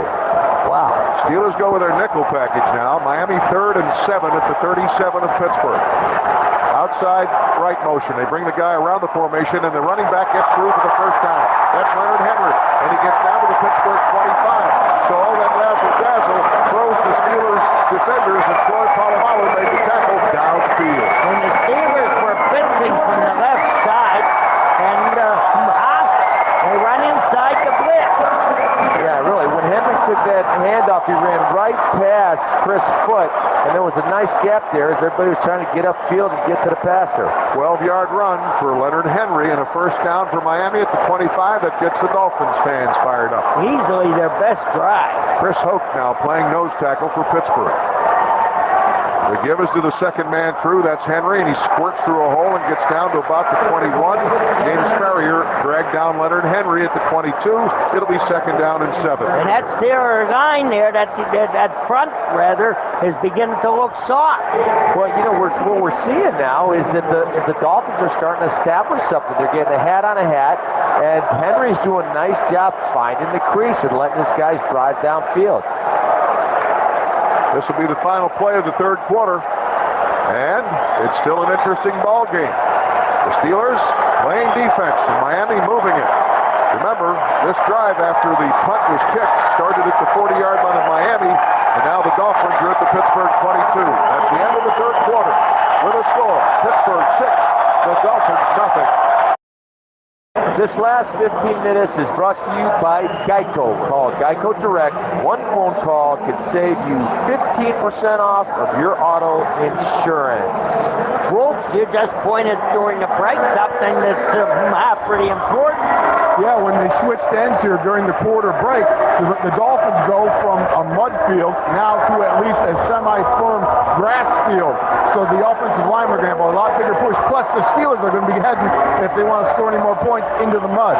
Hey, Wolf, does it look to you like the Steelers defense is starting to tire out there? They are tired. You know what happens when you slog around on a heavy field like this, chasing around all day like the hound after the hare, you get tired. And some of the defensive guys, and they've been rotating the inner three, quite a bit. And hopefully they get a little bit of breath and a little bit of fresh air, got some legs under them. But I'll tell you what, they looked a little bit tired in the last series. Steelers had a 4.5-minute possession advantage in the first half, but now Miami's driving, 2nd and 7 at the Pittsburgh 22. Motion by the fullback right. Steelers blitz. Feely back. He's going to throw it for the end zone, and it's overthrown, incomplete. Running a post pattern was Chris Chambers. Steelers had 2 players covering him. Hampton had pressure. Chad Scott was closest to him. It's incomplete. And Feely, mind you, just came to this team this year. And the Miami Dolphins traded a second-round pick for him, and Feely at the time was a third-string quarterback. And the Dolphins have caught a lot of heat for that trade. Casey Hampton has just been wearing out Seth McKinney, the center, just wearing him out. 3rd and 7, a lone setback. Feely under center. He backpedals. He's going to look, fire. The pass is caught. First down at the Pittsburgh 14-yard line. Into the hands of the Dolphin there. That is Marty Booker, tackled by Chad Scott. The gain is 8 on 3rd and 7.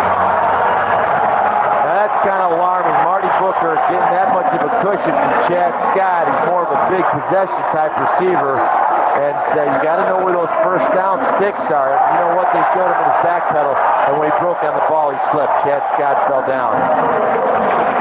8-yard gain, 1st and 10. Miami at the Pittsburgh 14. Pittsburgh's lead is 6-0, but it's in jeopardy now. Second man gets the call, but the Steelers are all over him. Aaron Smith, Casey Hampton, they just established that line of scrimmage, and Leonard is going to lose at least a yard, maybe two. Good play by Aaron Smith indeed. Lands on the guy's back.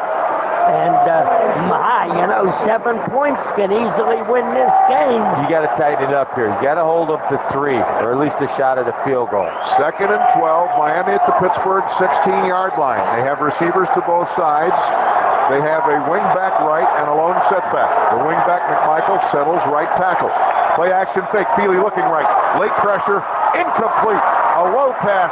Defended well, but Casey Hampton had the heat in A.J. Feely's kitchen. Randy McMichael, the intended receiver. Oh, boy, Casey decked Feely as he let that ball go, and maybe had something to do with it bouncing into the turf. You know, before this game's over, Feely's going to be able to tell you what kind of chewing gum Casey Hampton is wearing, because he's in his face all night long. Now Hampton goes to the sideline as the Steelers go dime. Miami 3rd and 12 at the Pittsburgh 16.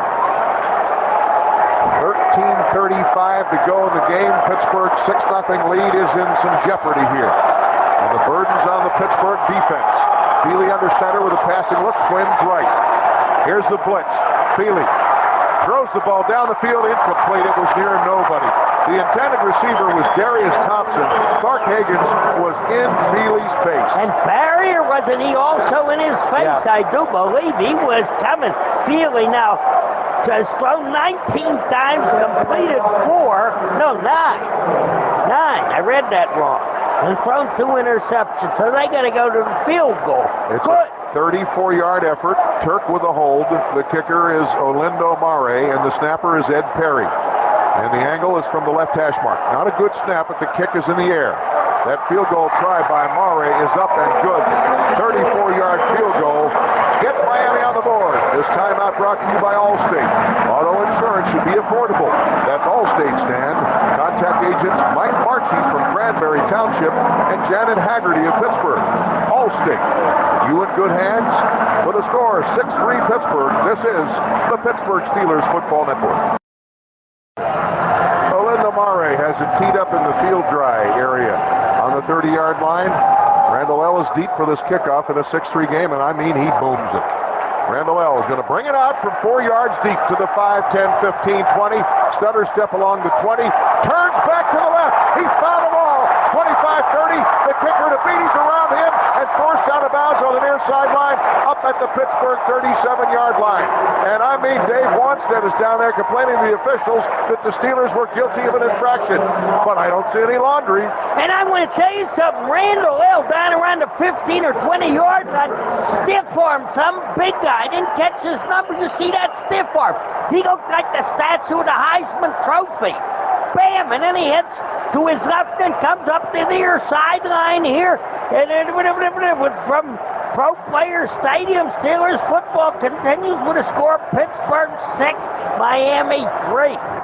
41-yard kickoff returned by Randall L. out to the Pittsburgh 37. Big Ben sends Hines Ward in motion through to the right to balance. Big Ben straight back to throw it on first down. He's going to air it out down the field for Plex, and Plex is going to get one hand on the ball, maybe 2 fingers, incomplete at the 23-yard line. Sam Madison was pretty much step for step with Plex, but Plex has that great reach. Just a 4-man rush. Good protection for Ben, but overthrows. You saw that before early on the catch that Plexico made. You had Hines and Plex line up on the same side. This time, Hines went in motion and Plex ran that deep post pattern, and just a little bit less under that ball, and that's a completion. Steelers go with 3 wides on 2nd and 10 to the 37 against the nickel. High formation behind Ben Roethlisberger. Draw handoff. Deuce Staley finds a hole up over the 40 to the 44, almost the 45-yard line for 7 or 8 yards. Getting off his feet is Junior Seau, the 15-year linebacker from USC. That's not a bad way to run your offense. Guys, you go 3 wide, you split the defense out, then you run a draw, having Deuce foul your big guy, Dan Kreider, and put a hat on Junior, and that gets you gets you a very makeable third and about 3 here. 6-3 Pittsburgh. Steelers facing a 3rd and 3 at their 44. Ben in the gun. Gets the snap. Rolls the pocket right. Stops. runs into his own blocker, and he's going to be sacked back at the 42-yard line. Jeff Skinina got to him, and the punt team is on for Pittsburgh. Well, better than he throws the ball up.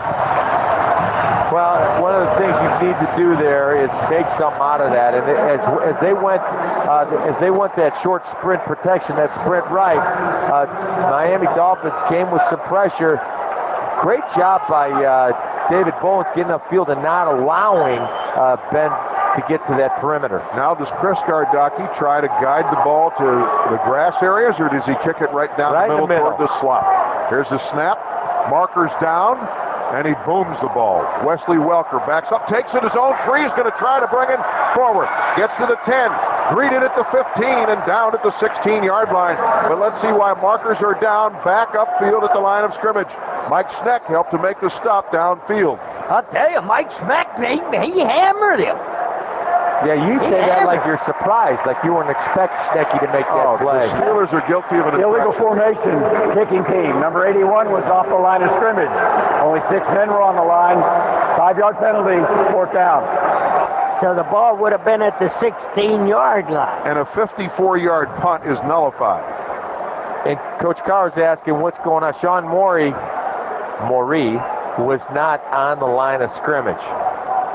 And that's why the Steelers were flagged. All right, and now they're going to lose 5 back to the 37, and chances are Gardocki will have trouble repeating his 54-yard effort. This may be an advantage for Miami. I hate when this happens. You always feel like they're going to bring one back on you after you get it called back. Or you're going to have a fumble situation here, which you just don't even... I shouldn't have brought that up, should I? Put soap in my mouth. Here's a snap by Schneck. It's a little high, but Gardocki can punt it away. This is end over end. It's going to hit the slop. Oh, it's going to roll back. Oh, Welker didn't touch it. He's going to get out of there, and the Steelers down it at the 5-yard line. What a reversal of fortune for both teams. It looked bad for the Steelers. Now it looks even better because on the exchange, despite the penalty, Miami loses 11 yards. A 58-yard punt by Chris Gardocki. James Harrison down there in the vicinity to down it. Boy, I tell you, this is fun. I'm telling you. Wes Welker almost tried to field that. From Pro Player Stadium, Steelers football continues. 11:30 to go. Pittsburgh 6, Miami 3.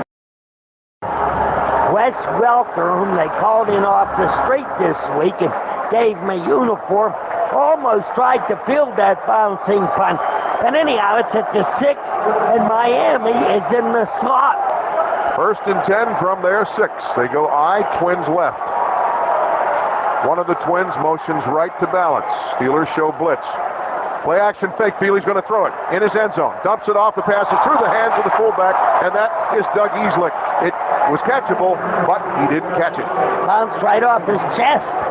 Yeah, they ran that boot again, and Chris Hope came in like he was getting in run support, and he had Eastlick in coverage and turned around. Actually, Chris Hope got in what you call no man's land. He's not really rushing. He's not really in coverage. He's just trailing, trying real hard to get back in coverage. Their normal fullback, Rob Conrad, the former 2nd-round pick out of Syracuse, has a thigh problem, and he was a scratch tonight.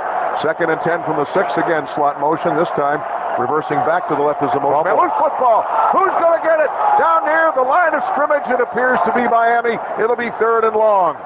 Seth McKinney, the center, apparently fell on the football for the Dolphins. Seth McKinney hardly got the ball back because Casey Hampton drove him right back into the quarterback's lap. Did he ever? Yeah. I mean, did he push him out of there? How's the guy recover that ball? Because he was knocked prone by Hampton. I'm telling you what, Hampton just tossed him to the side. The reason, as a matter of fact, the reason McKinney recovers that fumble is because Casey Hampton throws him right on top of the ball. 3rd and 10. He should throw him away. 3rd and 10 from the 6. Feely under center. With a slot to the left side, receiver to the right. Against the nickel.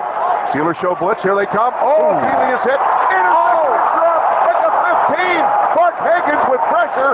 And then James Barrier couldn't squeeze it. And the punt team is on for Miami. Oh, that would have been lights out. And Feely barely gets to his feet. I mean, he got hit. Well, that's a classic example. I don't know what the Miami Dolphin offensive linemen are doing. They're double teaming the defensive tackle, Aaron Smith, and here comes Clark Higgins scot-free. Now, punting from his end zone is Matt Turk. He played for the Jets, Miami before, and also Washington. Antoine Randall from the 45 of Miami through the first line, but then he's tripped up as he gets forward to the 36-yard line. Now, very important for the Steelers to get points right here because they only have a 3-point lead. They've got great field position. Eddie Moore barely dropped Randall, snagged him by the ankle, and Randall couldn't keep his feet. Personal foul, unnecessary roughness, kicking team number 33, blocking a player out of bounds. 15-yard penalty from the end of the kick. Oh, my. First down. This is timeout. Did they get Russell Stuvance blocking someone out of bounds? He said kicking team, though. He meant receiving team. No. That's the kicking team. There is no 33. Yeah, he meant receiving team, though, because they're walking the black and gold. Yeah, they're going back upfield, so it's going to go against the Steelers. For every catch made by Hines Ward during this year's regular season, Max and Irma's will make a charitable contribution to the Caring Foundation of Western Pennsylvania. Max and Irma's, your hometown favorite for gourmet burgers, steaks, and more. Stop by Max and Irma's today. Well, in the fourth period with 13 minutes left, Oakland tattooing Tampa 30-6. Wow, what a big loss of field position for Pittsburgh. Instead of starting deep at the Miami 42-yard line, now they're back at their own 39 after that personal foul. And Russell Stuvance was accused of knocking a Miami player out of bounds on the play. And boy, Coach Carr was just giving Russell Stuvance an earful. Fouled him off to where he was getting his water, and he was just giving him a hard time. Hey, you know what? You know that once a guy goes out of bounds, you got to lay off him. And this is huge. Hey, Wolf. How's things looking down there? Hey, everything's drying out real nice, including me. You know, watching the players on the sidelines, one of the most important things is they got to stay loose because this has been a real weird game where it got cold and it got warm again, they got soaked. So you see a lot of guys stretching, getting ready to go because some of these guys, as you see, their muscles are tightening up. Well, Deuce Staley has 46 yards tonight on 17 carries, so it has been tough running the football. That field dry, and of course the moving air has helped to dry that, that skin portion of the surface out a little bit. There's no standing water right now, but I'm sure the footing's not great now, especially between the 10 and 20. Meanwhile, upfield, the Steelers from their 39 break the eye to the left. That's Plex's way. Hines Ward from the right pinches in motion to the left to a slot. Play action fake. They go to screen there. Here's Hines Ward. Forward to the 40, tripped up at the 42, so he only picks up 3 yards on the quick screen. Zach Thomas, 5-time Pro Bowler, middle linebacker, made the stop for Miami. Yeah, Hines cuts inside a block from Kreider, but there's not much doing where he went. Well, it came down 7. Dolphins really read that when he came back in motion, just motion from right to left.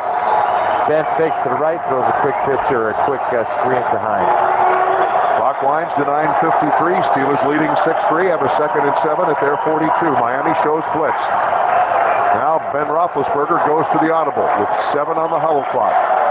And the play is going to be flagged down, apparently, as Deuce gets the handoff and runs right into the arms of Jason Taylor. Both Kreider and Deuce were moving at the same time. They got him for illegal motion. Illegal shift. Illegal shift. 2 men moving prior to the snap and not resetting. 5-yard penalty. 2nd down.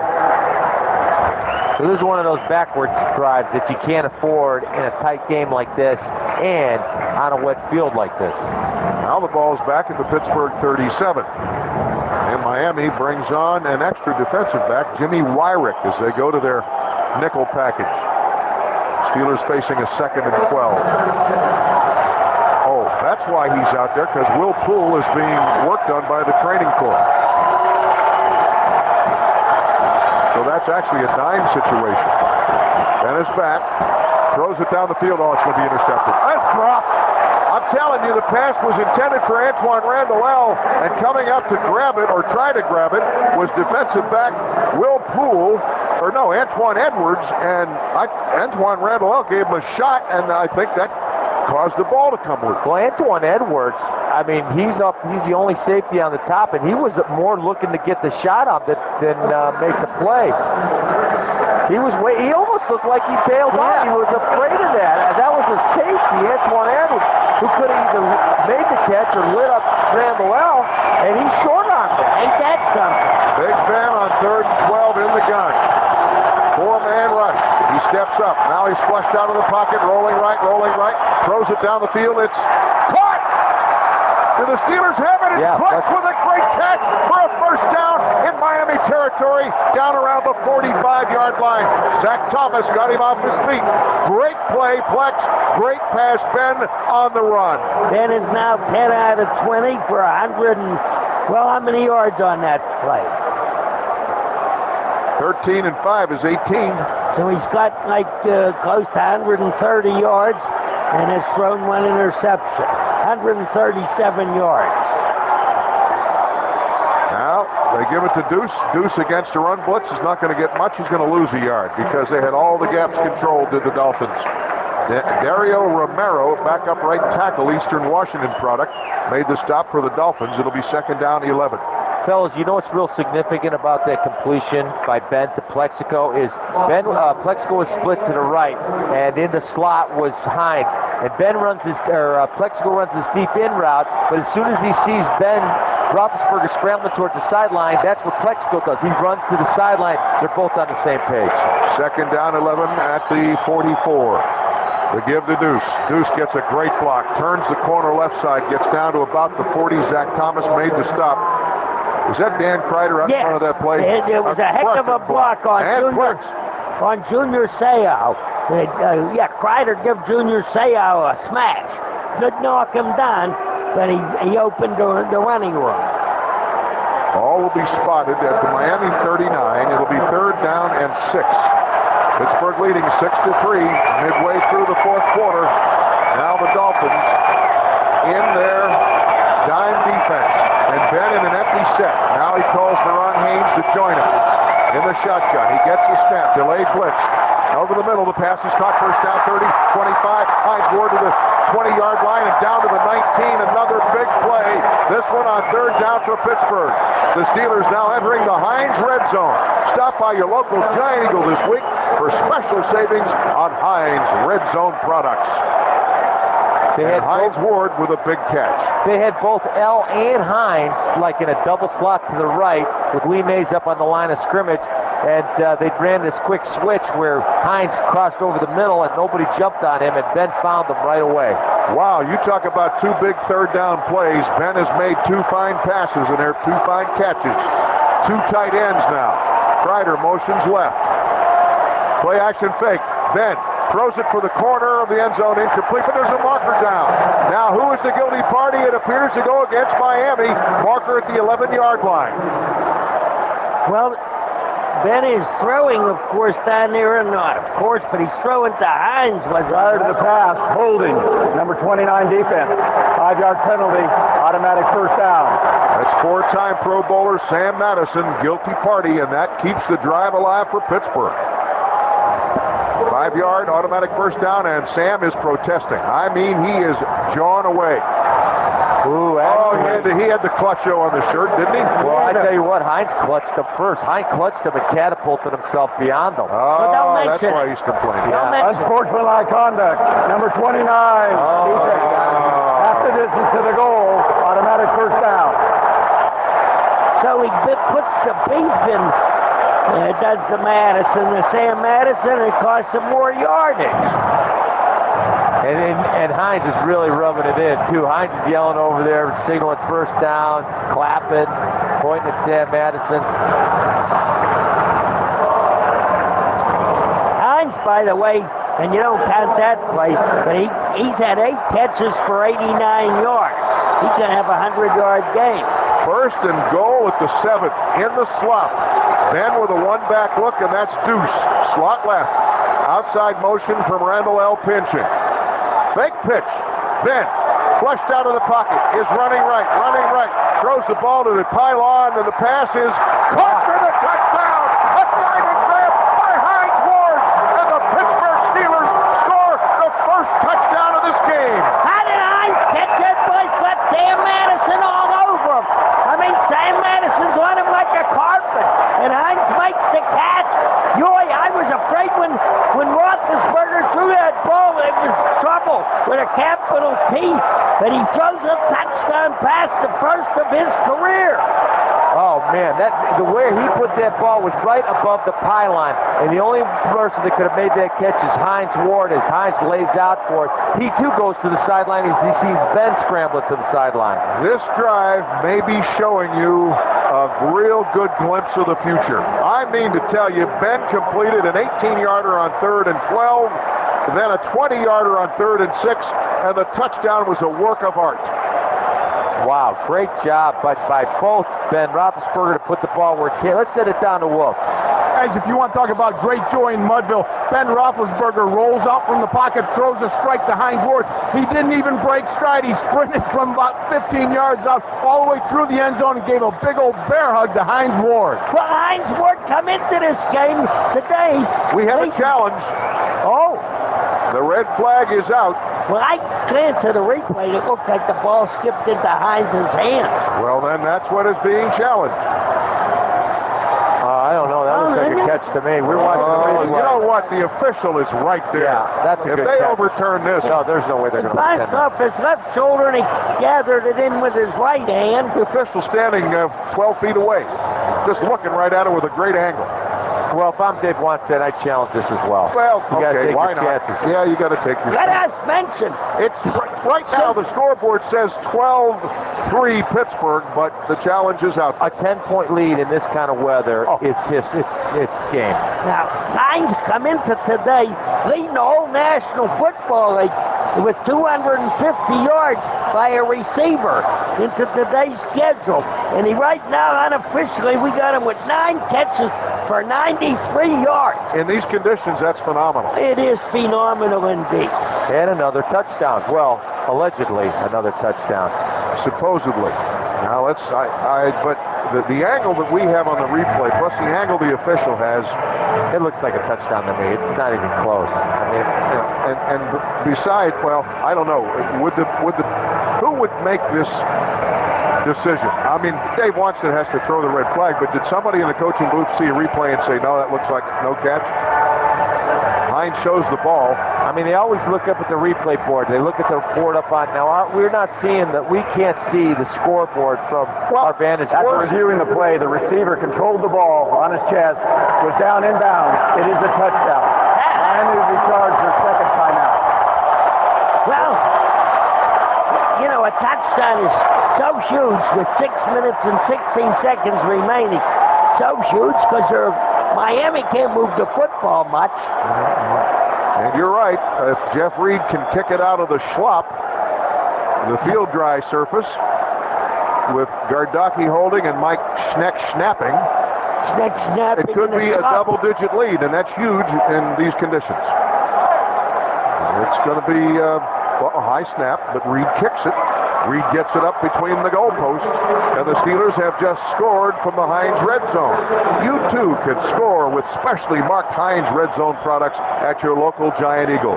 Pittsburgh leads at 13-3 with 6:16 to go. And keep in mind, the Dolphins now, thanks to that lost challenge, are down to 1 timeout. Man, that was huge. You know, Ben's showing a lot. One of the things we've seen that Ben does well is when he feels pressure from the inside, from the outside, he'll step up, but he'll always scramble towards his right, towards the sideline. Now we've seen twice 2 big completions. One was the touchdown, one was the Plexico. His receivers are making a beeline for the sideline, and 2 huge catches. One for the first down to Plexico, and now this one, the touchdown to Hines. So he's getting in a nice rhythm and on the same page with his receivers. And that drive went 61 yards, 8 plays, consumed a little over 4 minutes. 61-yard drive puts the Steelers in command. 13-3, and now the special teams have to make sure that they have everything secured in terms of controlling lanes and gaps and all those other things. And, you know, one slip here could lead to a disaster. In our locker room show tonight, we'll have offensive, well, never mind, they're kicking off. Here comes Jeff Reed, and he kicks it to the 12, taken by Welker, the rookie, to the 15, 20, 25, and he's hit, still on his feet, hit again, and gets to the 30-yard line. And now the ball is loose. Who has it inside the 30? It appears they haven't given an official signal yet. And the longer they wait, it could be good news for the home club, and it is. The Miami Dolphins get the football, but what a hit by James Harrison to knock that ball from the grasp of Wes Welker. Wow, James Harrison drilled him. Welker actually got hit a couple of times, spun out, and the last guy that tagged him before he was going down got the ball out. Today, the Steelers have been making a lot of tackles with the helmets on the ball, and that's why we're seeing balls come out of here, as well as the fact that it's been a wet day. I think Seth McKinney or Taylor Whitley, one of the two got a hold of that ball. It probably was Taylor Whitley. But the ball's marked at the 29, 1st and 10, Miami down 10 points. And now the Steelers call a timeout because they just defensively were not ready for what Miami was coming up with. Well, Ricardo Coakley's coming on the field. He wasn't on the field before the play started, and it looked like the Steelers only had 10 guys on the field. Well, anyhow, Wolf, you pointed out earlier that the Steelers were at a disadvantage in the fourth quarter because to score they had to go through that slump. They done it, and that's big, isn't it? It's huge. You know what? It's a real credit to the offensive line because they are mutters, and mutters indeed. They did a great job all game long. And I'll tell you another thing, too. Point out how Troy Polamalu and Chris Hope have come up pretty doggone big in this game. No question. That's 2 timeouts for each team, so each has 1 remaining. Feely goes empty set. 3 receivers right, 2 to the left. Steelers blitz, and he is leveled. Oh, my goodness. Deshae Townsend hit A.J. Feely up around where he had the football secured. He and the football went down into the mud, and Deshae just ran right through it. Well, and the quarterback, very slow to get up out of that mud. He is leveled on his back, but he's up he's ready to go. Same blitz that Deshae got a sack on Kyle Bowler last week. Exact same blitz coming off the slot receiver. 6-yard loss. Steelers in their dime, 2nd and 16, and now there's movement. Did the Steelers, by their precipitation? No, they're going to call it against Miami. Miami moved on their Prior left to the side. snap, false start. Number 77 offense, That's 5-yard penalty, 2nd down. 3rd one for Damian McIntosh at left tackle. And Is that the terrible trifecta? you know what? Well, the only thing worse than 3 procedure penalties is 3 holding penalties. The only thing worse than 3 holding penalties is giving up 3 sacks. Ball now back at the 21. It's 2nd down and 16, Billy. 16 and 21 to go. My mistake. 2nd and 21 from the 16. Back is Feely. Steps up, fires wide open, and that's a 1st down. Look out, running with the football, and the Steelers try to tackle him high and low. That is Marty Booker, and he's got the ball out across the 50 and down to the Pittsburgh 46. Chris Hope and Ricardo Coakley with a combined tackle. And boy, having speed in the Steelers secondary this year sure helped save a touchdown. Well, that time Chris Hope was so deep. He was like a punt returner almost. 36 yards. Now this pass is going to be caught, but a quick tackle was made at the 41 on Chris Chambers by Chad Scott. And that'll be a 5-yard gain. It'll be 2nd down 5. So Chris Hope is playing center field. Their free safety about, he's a good 12, 13, 14 yards off the ball before it even snaps. Steelers with their nickel package. Feely dumps it over the middle. Steelers miss a tackle, and that's a 1st down for Randy McMichael. Steps out of a tackle, and now Chris Hope drags him down at the Pittsburgh 29, so that's a 12-yard gain. Barrier missing the tackle, but he's been having a heck of a game. Well, now the Steelers are 10 points up. They're allowing the underneath stuff. They're going to make the Dolphins drive the length of the football field. Feely again to throw it. Big rush, and the ball is loose. Who's going to get it? Casey Hampton tries to pick it up. They knock him over. The Steelers have it. Are they going to call incomplete pass? No. They call it Pittsburgh ball. The Steelers have it. Barrier and Porter with a hit, and the Steelers come up with a football. Well, Casey Hampton, all 301 pounds of him, he reaches down. He bends down instead of falling on the ball, and he's stuck there, bending down. So the ball squirts away from him. Look. Oh, See it on the and it's right in the butt. He took a helmet right to the butt. But it was Joey Porter that comes around Damian McIntosh. He blows past him and strips the ball from Feely as he winds back. Great sack by Joey Porter, and that's how the ball comes loose. Casey couldn't come up with the loose Miami football. challenging the ruling on the field that the quarterback fumbled the ball. Well, I didn't see a replay. Did his arm come forward before the ball came out? I don't think so. No. Just looking at it, with a naked eye. But let's rely on the technology. If Miami does come up They after don't have here, any challenges anyways. Well, you got to feel That's true. sorry for Dave Weinstein. right? But they're going to lose their last time out. Well, aren't they done for today? 2 challenges, both 0 for 2 done. Well, this is not a third, is it? No, that's their second, right? So they're done here. But if they lose the challenge, they're out of timeouts, is the point I was making. Looked like a fumble to me. For all your authentic Steelers merchandise, visit any of the 3 official Steelers sideline stores: Grove City, Monroeville Mall, Heinz Field, or simply log on to Steelers.com. Get it right. Get it direct from the team. And something interesting happened during the past week down here. Jimmy Johnson, Dave Weinstein's pal and former boss, he's out fishing. And he hears people rapping Dave on a talk show. He calls in to defend Dave.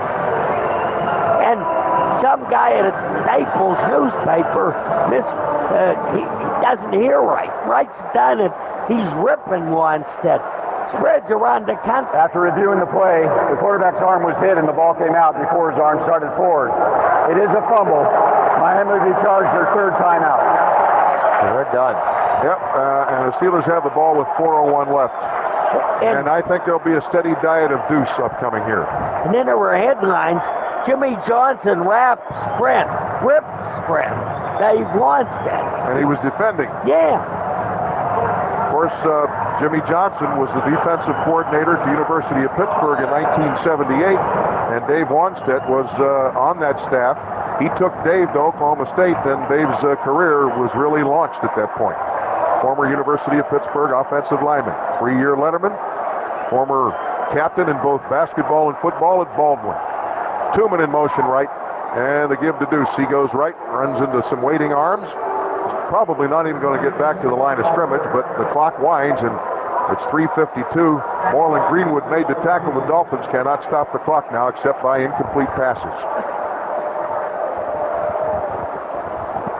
2nd down, 10. Ball at the 36 of Pittsburgh. Pittsburgh leading 13-3. Miami out of challenges, out of timeout, and maybe completely out of luck here at 3:30. Clock winding. Now, in a clock-milking mode, Ben Roethlisberger takes his time. Reamer's in motion right. The give on the stretch play to Deuce. Breaks it! 40, 45, 50, 45, 40. Foot race, and he's shoved out of bounds deep in Miami territory at the Miami 26-yard line. Deuce Staley with a big run, and that, I think, will put a nail in the Dolphins' coffin. About a 40-yard run, if I'm not mistaken. 38 yards, Tim Williams, our stat man, tells us. What's he have all told, Tim? The Steelers now entering the Heinz red zone. Well, not quite. They're going to have him out at the 26. Well, you know what? The red zone can wait because clock is more important now. He did stop it by going out of bounds at 3:11. Deuce with 90 yards on 21 carries. 1st and 10 Pittsburgh at the Miami 26. Kreider motions left. Run blitz. Deuce to the left. Gets through again. 20, 15. Now he's going to be short of the 15 at the 16-yard line. And he's down in that vicinity by Junior Seau. And the Steelers are now, and you can say it officially, entering the Heinz red zone. Stop by your local Giant Eagle this week for special savings on Heinz red zone products. That takes Deuce over 100. And immediately he heads to the bench, and in comes the bus. Deuce Staley, wow, he is pretty special running back. He ran right through a tackle on that one. Ran through a couple of them. Great blocking, 2 up front by Marvell and Jeremy Tooman. 1st and 10 at the 16. Working out of the slot. Roethlisberger has a man come across the line of scrimmage. False start, number 84. Offense, 5-yard penalty. 1st down. Suman with a procedure call. Let's go to Craig Wolfley. Wolfman, what do you have? You know, it's always humorous on the sidelines when the game is pretty much decided. I'm watching Casey Hampton explaining to the boys like Chris Hoke and Larry Foote how he took a 330-pound enema trying to pick up that fumble. Oh, boy. Hey, you can leave now, Wolfley. Hey, Coach, don't you dare launch into an enema story. Because Well, I know I you have have one. one. Oh, I shouldn't have reminded tell you. you. Sorry about that, folks. This Well, is it a family show. 1st and 15 at the 21. The bus. And he, off the right side, is going to be hit after a short gain, and the clock winds away. Now the 2-minute warning can stop it, and that's all. The great tackle, Ernie Fats Holmes. I'm staying and waiting for an elevator in Los Angeles at the hotel. Never mind, I'm out of voice. I can't tell the story. Well, You got plenty of time. But anyhow, he invites me to go down to the bar for a toddy. I'm going to bed. I says, sounds good to me, Fats. So I got down to the bar. Do you have something to read? yeah, I think we're at the 2-minute warning, and you can continue this story. Yes. This is like a serial. The 2-minute warning brought to you by the Bricklayers and Allied Craft Workers Union and the International Masonry Institute. With a score of Pittsburgh 13, Miami 3, this is the Pittsburgh Steelers Football Network. So Fats comes into the lobby and sees me waiting for an elevator. They're going to run a play. The bus off right tackle, big pile up, clock winds. And he walks up to me with them little beady eyes. He stares down at me. He says, Cope, let's go down to the bar and have a Courvoisier. I'm heading up to bed.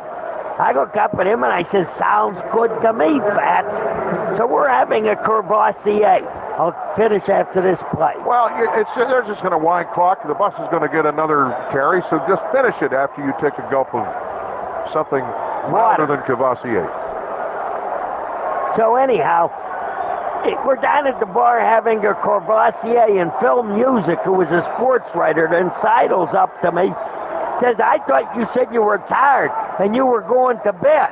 I says, I was tired and I was going to bed. I related the scene in the lobby, and I says, if the fat man would have said to me, Cope, let's go down to the bar and have an enema, I'd be down here having an enema.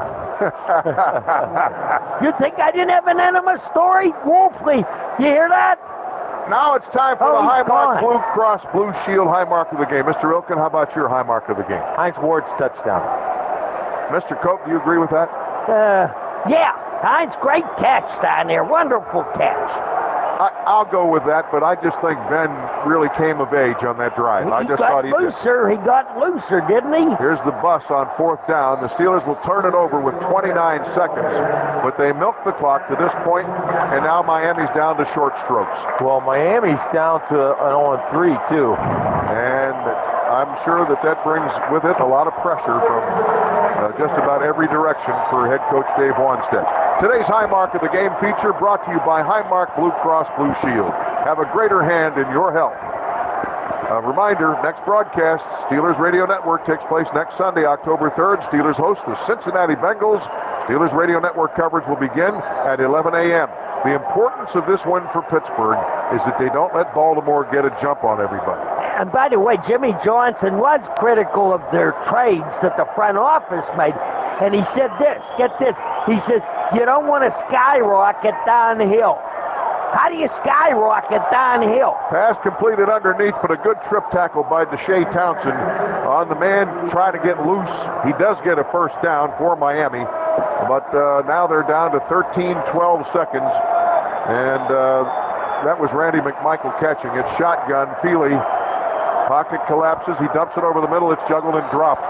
Troy Polamalu clearing, or should say closing, on the receiver for Miami. So it's down to 3 seconds, and this will do it. One more play for the Dolphins, and they get off to an 0-3 start, and I'm sure the level of frustration, particularly on the part of the defense, is going to be high right now. Well, yeah, they you know what, the defense has definitely taken some shots at the offense verbally, but when they've had to make plays, they couldn't stop Cincinnati last week in the fourth quarter. Look how deep the safeties are. Back at the 35. Over the middle, pass incomplete. He threw it behind a wide-open Leonard Henry on the final play of the game. It'll be interesting in the locker room. Mr. Cope, have a good time down there. We'd like to thank our people in the booth. On behalf of Myron Cope, Twin Shilkin, down on the field, Craig Wolfley, I'm Bill Hillgrove, and we'd like to thank Greg Gresh, our engineer, Nick Del Greco, our producer, our spotter this evening doing a sterling job, Natalie Payne from the Miami area, and also Tim Williams doing our statistics. And thanks to Digby and all the folks back at the station at the studio control, handling the controls of the 747. That's the end of the game in rainy Miami. The final score, Pittsburgh 13, the Dolphins 3. Stay tuned for Ellis Cannon on Steelers Wrap-Up. You're listening to the Pittsburgh Steelers Football Network. Final score tonight, 13-3 Pittsburgh over the Miami Dolphins. The Steelers hosting the Bengals next week. Cincy a loser today to the Ravens, falling to 1-2 on the season. In fact, the Steelers with a pair at home over the next couple of weeks, both against divisional foes. A couple of weeks out, it'll be Cleveland. Another loser today. As a matter of fact, it's stacking up pretty easy in the division right now. Steelers and Baltimore 2-1. Cincy and Cleveland. The Ohio squads are 1-2. Anyways, let's get to Tunch and Wolf. Guys, Wolf, I know you were getting pretty soggy there, man. I keep hearing that you're gotten dried up. What is it? I got crushed. Let me tell you something. It was coming down so bad. I mean, I was soaked right through to my shorts, man. It was not fun at all. No, I know, but you rallied. I mean, the second half, I know you were starting to get a little bit back in shape. But, fellas, overall, the conditions made it, if not memorable, pretty nasty out there. You know, these are the kind of games, Ellis, where the offensive linemen, they love it because they're just like hogs in slop. Plus, it slows the pass rush down. Guys like Jason Taylor who get upfield really quickly, that cools their heels down a little bit, and it makes it a little treacherous for them. Wolf. You know what I thought was really important? I'm sorry, Ellis. No, go ahead, man. One of the things I thought was really important was the fact that they were able to maintain their focus and concentration. You know, this game was fraught with dire consequences because of the fact there was, the indefinite start time and the hurricane and everything else.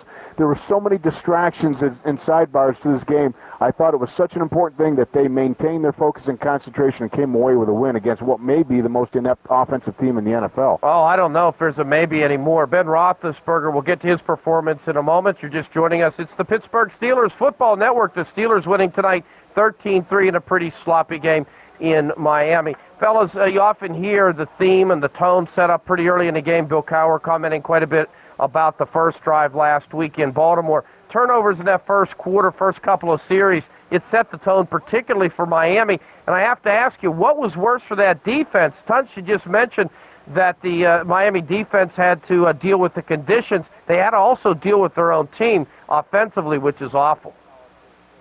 You know, this team, Ellis, has been going through some real struggles. Obviously, it's been well documented. But last week, you had Sam Madison calling out the offense. You had McMichael calling out the rest of the offense. Guys starting to yell at one another. Head coach Dave Wanstead tried to smooth it over, saying there's emotions out there, but we have to make sure we channel it in a positive manner. But right now, this team, the way they came in here, you could even sense it in pregame. They didn't look. We saw back-to-back weeks. We saw two desperate teams. Last week in Baltimore, the Ravens were a desperate team. They came out with this real serious intensity.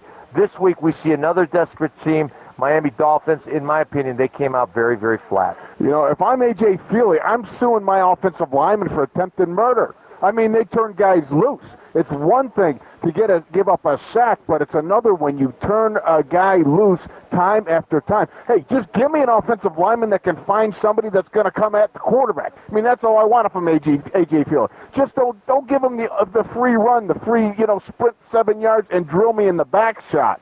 Well, you make a great point. I mean, when you take a look, and certainly Feely you can see he's very uncomfortable. He doesn't have a lot of experience anyways, certainly in a starter in the league. But I'm going to give the Steelers some credit in this regard.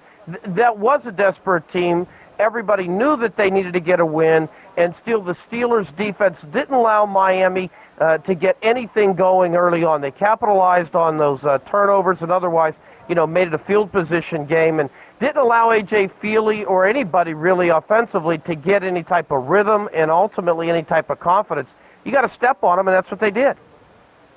Well, else they got after him, and I think another one of the keys is this is a game the Steelers should win, had to win. And one thing about good football teams, they beat the teams that they, when you do the, let's go down the schedule and say, okay, this is a win, this is a win, this is a team we should beat.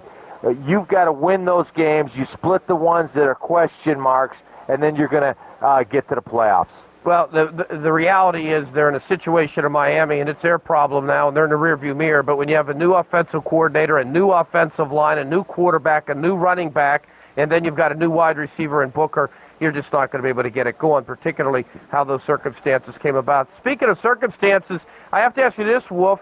First play of the game for Ben, he throws a pick, but he recovers. He does a workmanlike job, 12 of 22, 163, puts the INT away, gets a touchdown to Ward to finalize the game.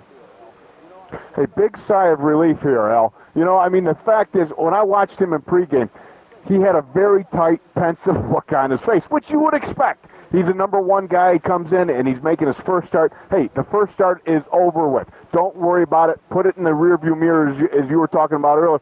That's all you need right now. The fact is, he came out, he did a workman's-like job, and he did a good job of protecting the ball. Every time he dropped back, he might be misfiring a couple passes, but he handled the ball very well and was very protective of it. That's all you can ask of a young guy coming in like this. So it's done. It's over. He got his first start done, and it's a win. So good deal.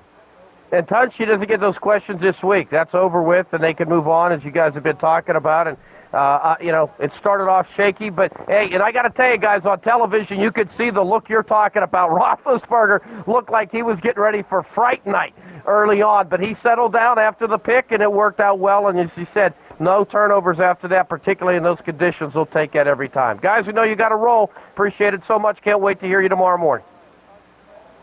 Thanks, Ellis. All right, Tunch and Craig, appreciate that very much. Hey, let's get to a couple of other things before we get out of here. First of all, speaking of Roethlisberger, his fourth quarter touchdown pass to Hines Ward, you know it. He gave Pittsburgh the 13-3 lead at that point. We're going to make that today's Picture Perfect play, brought to you by NFL Replay, only from Comcast. It's free with Comcast Digital Cable, so give them a call, 1-888-COMCAST. Also, we want to make sure that we remind you the Steelers did not score 33 today, so because of that, Edward Davis of Masontown, PA will not win $33,000, but Edward will receive Rolling Rock prizes courtesy of Rolling Rock and the Pittsburgh Steelers Radio Network. You, too, can enter to win $33,000. Just look for displays at a participating distributor near you. Stay tuned, everybody, for the Myron Cope Locker Room Show live from Pro Players Stadium in Miami. I'm Ellis Cannon. This is the Pittsburgh Steelers Football Network. Steelers locker room report. First time with offensive coordinator Chad Wisenhunt. And Chad, hey, given a condition, pardon? What's wrong with me? Well, I know him well enough, I think, to know better, but anyhow, in the soft and all told, a nice win to have. Yes, very nice win to have. It was a good football team, but our guys stuck in there and plowed through it and made some plays when it was critical, and our defense did a great job for us. And on the rookie quarterback, Roethlisberger, and I know his first name's Ben. His first play as a starting quarterback, he throws a pass on first down. It's intercepted. But was it sink or swim? I hate to say that in these conditions with Roethlisberger. And did he grow in this game? Oh, I definitely think he grew. I mean, to come back from throwing an interception and hang in there and make some plays like he did, especially in the fourth quarter, is a very good indication that he grew in this game. And he'll get better as time goes on. You know, like I said, that was a very good defense that we played against, and he did a good job being smart with the ball, managing the huddle. And, you know, he missed a couple of things here and there, but those are things that he's going to learn from and get better. Had trouble with the long passes, did he not? Plex helped him by coming back for one, but he was overthrowing on others. Well, you know, once it started raining out there, and he said that ball weighed about 20 pounds, it's hard, you know. But he made the throws that he had to make. Like I said, he missed a couple, but some of that was the conditions, and he'll get better as he gets more reps at it. Hines Ward with, I believe, 96 yards. Deuce Staley with 101. Very good play by both those. Hines the Warrior, he made some big plays. Plex made some big plays for us, too. Not so much catching the ball, but drawing the coverage that opened the other guys up. And then, you know, it was nice to see Deuce plow it in there and get 100 yards. I got to be totally honest with you. He drove me crazy with the first down passes with Ben. Well, I couldn't help it. I was trying to get his feet wet on that very first one, give him an easy pass, and I don't know what he was doing, but it was not very good. It kind of got me in a little bit of trouble too. But it's a tribute to him that he kept his head up and he kept playing. Hey, Ken, thanks for being with us, and we're going to have more from the Steelers locker room in a minute. And now, back to the Myron Cope Locker Room Show on the Pittsburgh Steelers Radio Network.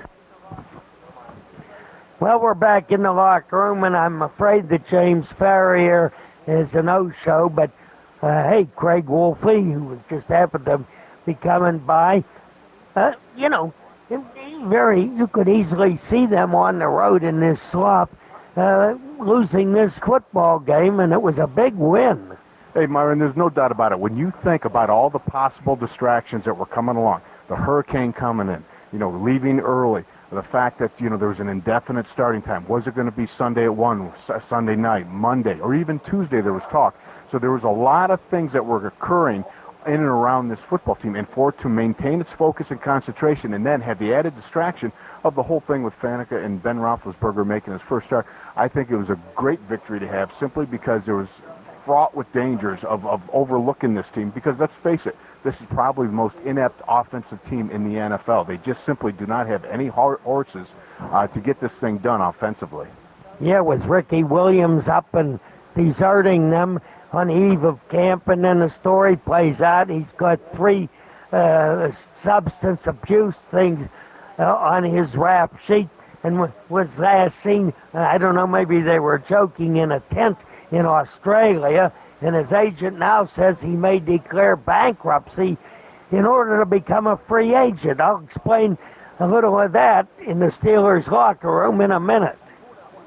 The truck throwdown is here, and Ford F-150 now comes with a heap of bonus cash. In fact, bonus cash means $5,000 total cash back on a 2004 F-150 regular cab. That's $5,000 back. Get the best-selling cars and trucks in America at your neighborhood Ford store today. Excludes Super Cab, Lightning, and Super Coupe. Cash back includes $1,500 Ford credit clearance cash. Contracts must be financed with Ford credit to receive clearance cash. Take new retail delivery from dealer stock by 9/30/04. See dealer for residence restrictions and complete details. Down my king of the mountains, built Ford. Classic moments in NFL history presented by Lay's Classic Potato Chips. December 23rd, 1972. Trailing Oakland by a point. Hall of Famer Terry Bradshaw fires a pass to Frenchie Fuqua, who's hit hard by defensive back Jack Tatum. As the ball careens off both players, number 32 Franco Harris makes a shoestring grab and turns a miraculous moment into a game-winning touchdown. And just like number 32, Lay's brand potato chips always come through in a crunch. Their one-of-a-kind flavor help make your game day experience a true classic. Enjoy the irresistible great taste of Lay's, proud sponsor of the Pittsburgh Steelers. And now, back to the Myron Cope Locker Room Show on the Pittsburgh Steelers Radio Network. Back in the locker room, never mind the end of that story. We've got James Farrier with us now. It's a big play, 4th and inches for the Dolphins, and they send the punter out. The crowd doesn't like it. They take the punter off, and they go for it, and you and Larry Foote are there. Yeah, it was a good play by me and Larry. We were on our keys, and we figured he was going to try to sneak it. Being that it was a 4th and short, they snuck it a couple plays before that. So we were anticipating that he was going to sneak it, and we were there to make the play. Well, you were all over the field tonight. I think it's fair to say, although the stats, 6 tackles. You were in. That's a nice night's work. But Craig Wolfley and I were just saying, this, you come down here, everything's all fouled up by the weather and all, and you could easily lost this football game. And the mud, my goodness. Yeah, it was rough out there. We knew the weather was going to be bad, but, Coach did a good job of keeping everybody focused, and, we were stuck in the hotel for a couple of days and with the storm, but, he kept everybody together, and we stayed focused, and we came out here together as a team and, pulled it out. You ever play in worse rain than you had in that first half? Not that I can remember. It was pretty bad out there that first half. The rain was coming down hard, but, we kept it together. And then Roethlisberger, you're watching it for the sidelines. He engineers that last drive with the help of a great touchdown catch by Hines. You see a little loosening up of the young quarterback. Yeah, he showed a lot of poise today. Things weren't going their way. a lot of times, but he kept his head in the game, and he kept his poise, and he came through with some big plays at the end. This team, you knew they couldn't run the ball. And you knocked out their starting running back early on, and they were down to their third or fourth string running back. Could you believe it when they ran a few play-action fakes? Well, we knew that's all they could really do. When we stopped the running game, that's part of their passing game anyway. If the running game is going good or not, they like to do the play action. So we were kind of anticipating that, and we were able to key in on that. Well, congratulations on the win, James, and on a real good football game. Thanks a lot. And that is the Locker Room Show for tonight. This is Myron Cope. More Steelers wrap-up is next on the Pittsburgh Steelers Football Network. Guests appearing on Myron Cope's Locker Room Show will receive a gift certificate from Ruth's Chris Steakhouse, 6 PPG Place, where the black and gold spend their prime time. Little's Family Shoe Store. For style, size, service, and selection, it's Little's Family Shoe Store, Forbes Avenue, Squirrel Hill. A prize pack from The Meadows. The Meadows, be part of it. And Orr's Jewelers in Squirrel Hill, featuring magnificent jewelry and watches, because Orr's rocks. Join us after every game for Myron Cope's Locker Room Show, the first interviews from the Steelers locker room. The Myron Cope Locker Room Show was brought to you by Ford, featuring an all-new fall lineup, including the Ford 500, the Freestyle, the Mustang, and the Super Duty, all at your neighborhood Ford store. Welcome back to Steelers Hotline, everybody. Ellis Cannon right here with my good man, Stan Savran. Make sure you're getting the tarmac at 412-333-9383 or 888-7-CABANA, 888-722-2262, courtesy of Choice One Communications. Steelers 13-3, 2-1 on the season, beat up on the hapless Dolphins. Dolphins try to make a run at it in the fourth quarter, not enough. Steelers getting the win, and the winning touchdown was scored by, I should say, the only touchdown scored a little bit in the fourth quarter by Hines Ward. We could do that. Do you want to do that? And then we'll go to some out-of-town scores. How's that? Ben, flushed out of the pocket, is running right, throws the ball to the pylon, and the pass is caught for the touchdown! A diving grab by Hines Ward, and the Pittsburgh Steelers score the first touchdown of this game. And the only one, really, 13-3. Roethlisberger making up for his interception in the first quarter. That was a 7-yarder from him, capping a 61-yard drive, a little over 4 minutes, with a couple of key third down passes to Plexico for 18 and to Ward for 20, as you heard Stan talk about a little bit ago. We're going to get some calls. Stan, let's just go to Dawn, though, okay? I mean, let's just get into the silly mode and just go to Dawn. In the meantime, how about if we give you a couple of scores? Around the league, the Eagles go to 3-0 on the season, 30-13 over the now 2-1 Detroit Lions, as Uncle Nick might say. McNabb had a pretty fair day, 29-42, 356 and a couple of touches. The Jaguars win late again, 3-0 on the season, 15-12 over the Titans, who fall to 1-2. Just amazing how the Jaguars are doing this. They're doing it like Baltimore revisited just a couple of years ago. 28-25, Saints in overtime. They've now won 2 of 3, while the Rams have dropped to 1-2 on the season. The Ravens in the division, now 2-1, tied with the Steelers, 23-9 today. Jamal Lewis, a big game on the floor. The Texans are now 1-2. They get a win, 24-21 at KC, that falls to 0-3. Trent Green throws for 224 and 3 touches. Priest Holmes carries 32 times for 134, and they lose. Rex Grossman taken off on a cart with an injury, threw for 248. Didn't make a difference because the Vikings win and improve to 2-1, 27-22. It's just flat ugly when the Falcons and the Cardinals get together. One's 3-0. That would be Atlanta. The Cardinals 0-3. Final 6-3. The Browns, 27-10 losers today to the 2-1 Giants. 23-13. Denver moves to 2-1. The Chargers fall to 1-3. 294. The passing department, 25-36 for Jake the Snake. The offensive game of the day was the Packers and the Colts. Just a score fest. The 45-31 AFL style. Peyton goes 28 for 40, 393, 5 touches, no interceptions. Brett Favre, 30 for 44, 358, 4 touches, no interceptions. Stan, that's just brutal. 9, and that's like right out of the old AFL. Beautiful stuff right there. The Seahawks 34-0, moving to 3-0 on the season over another hapless squad, and that would be the 49ers. And the Raiders ran out the Bucs tonight 30-20.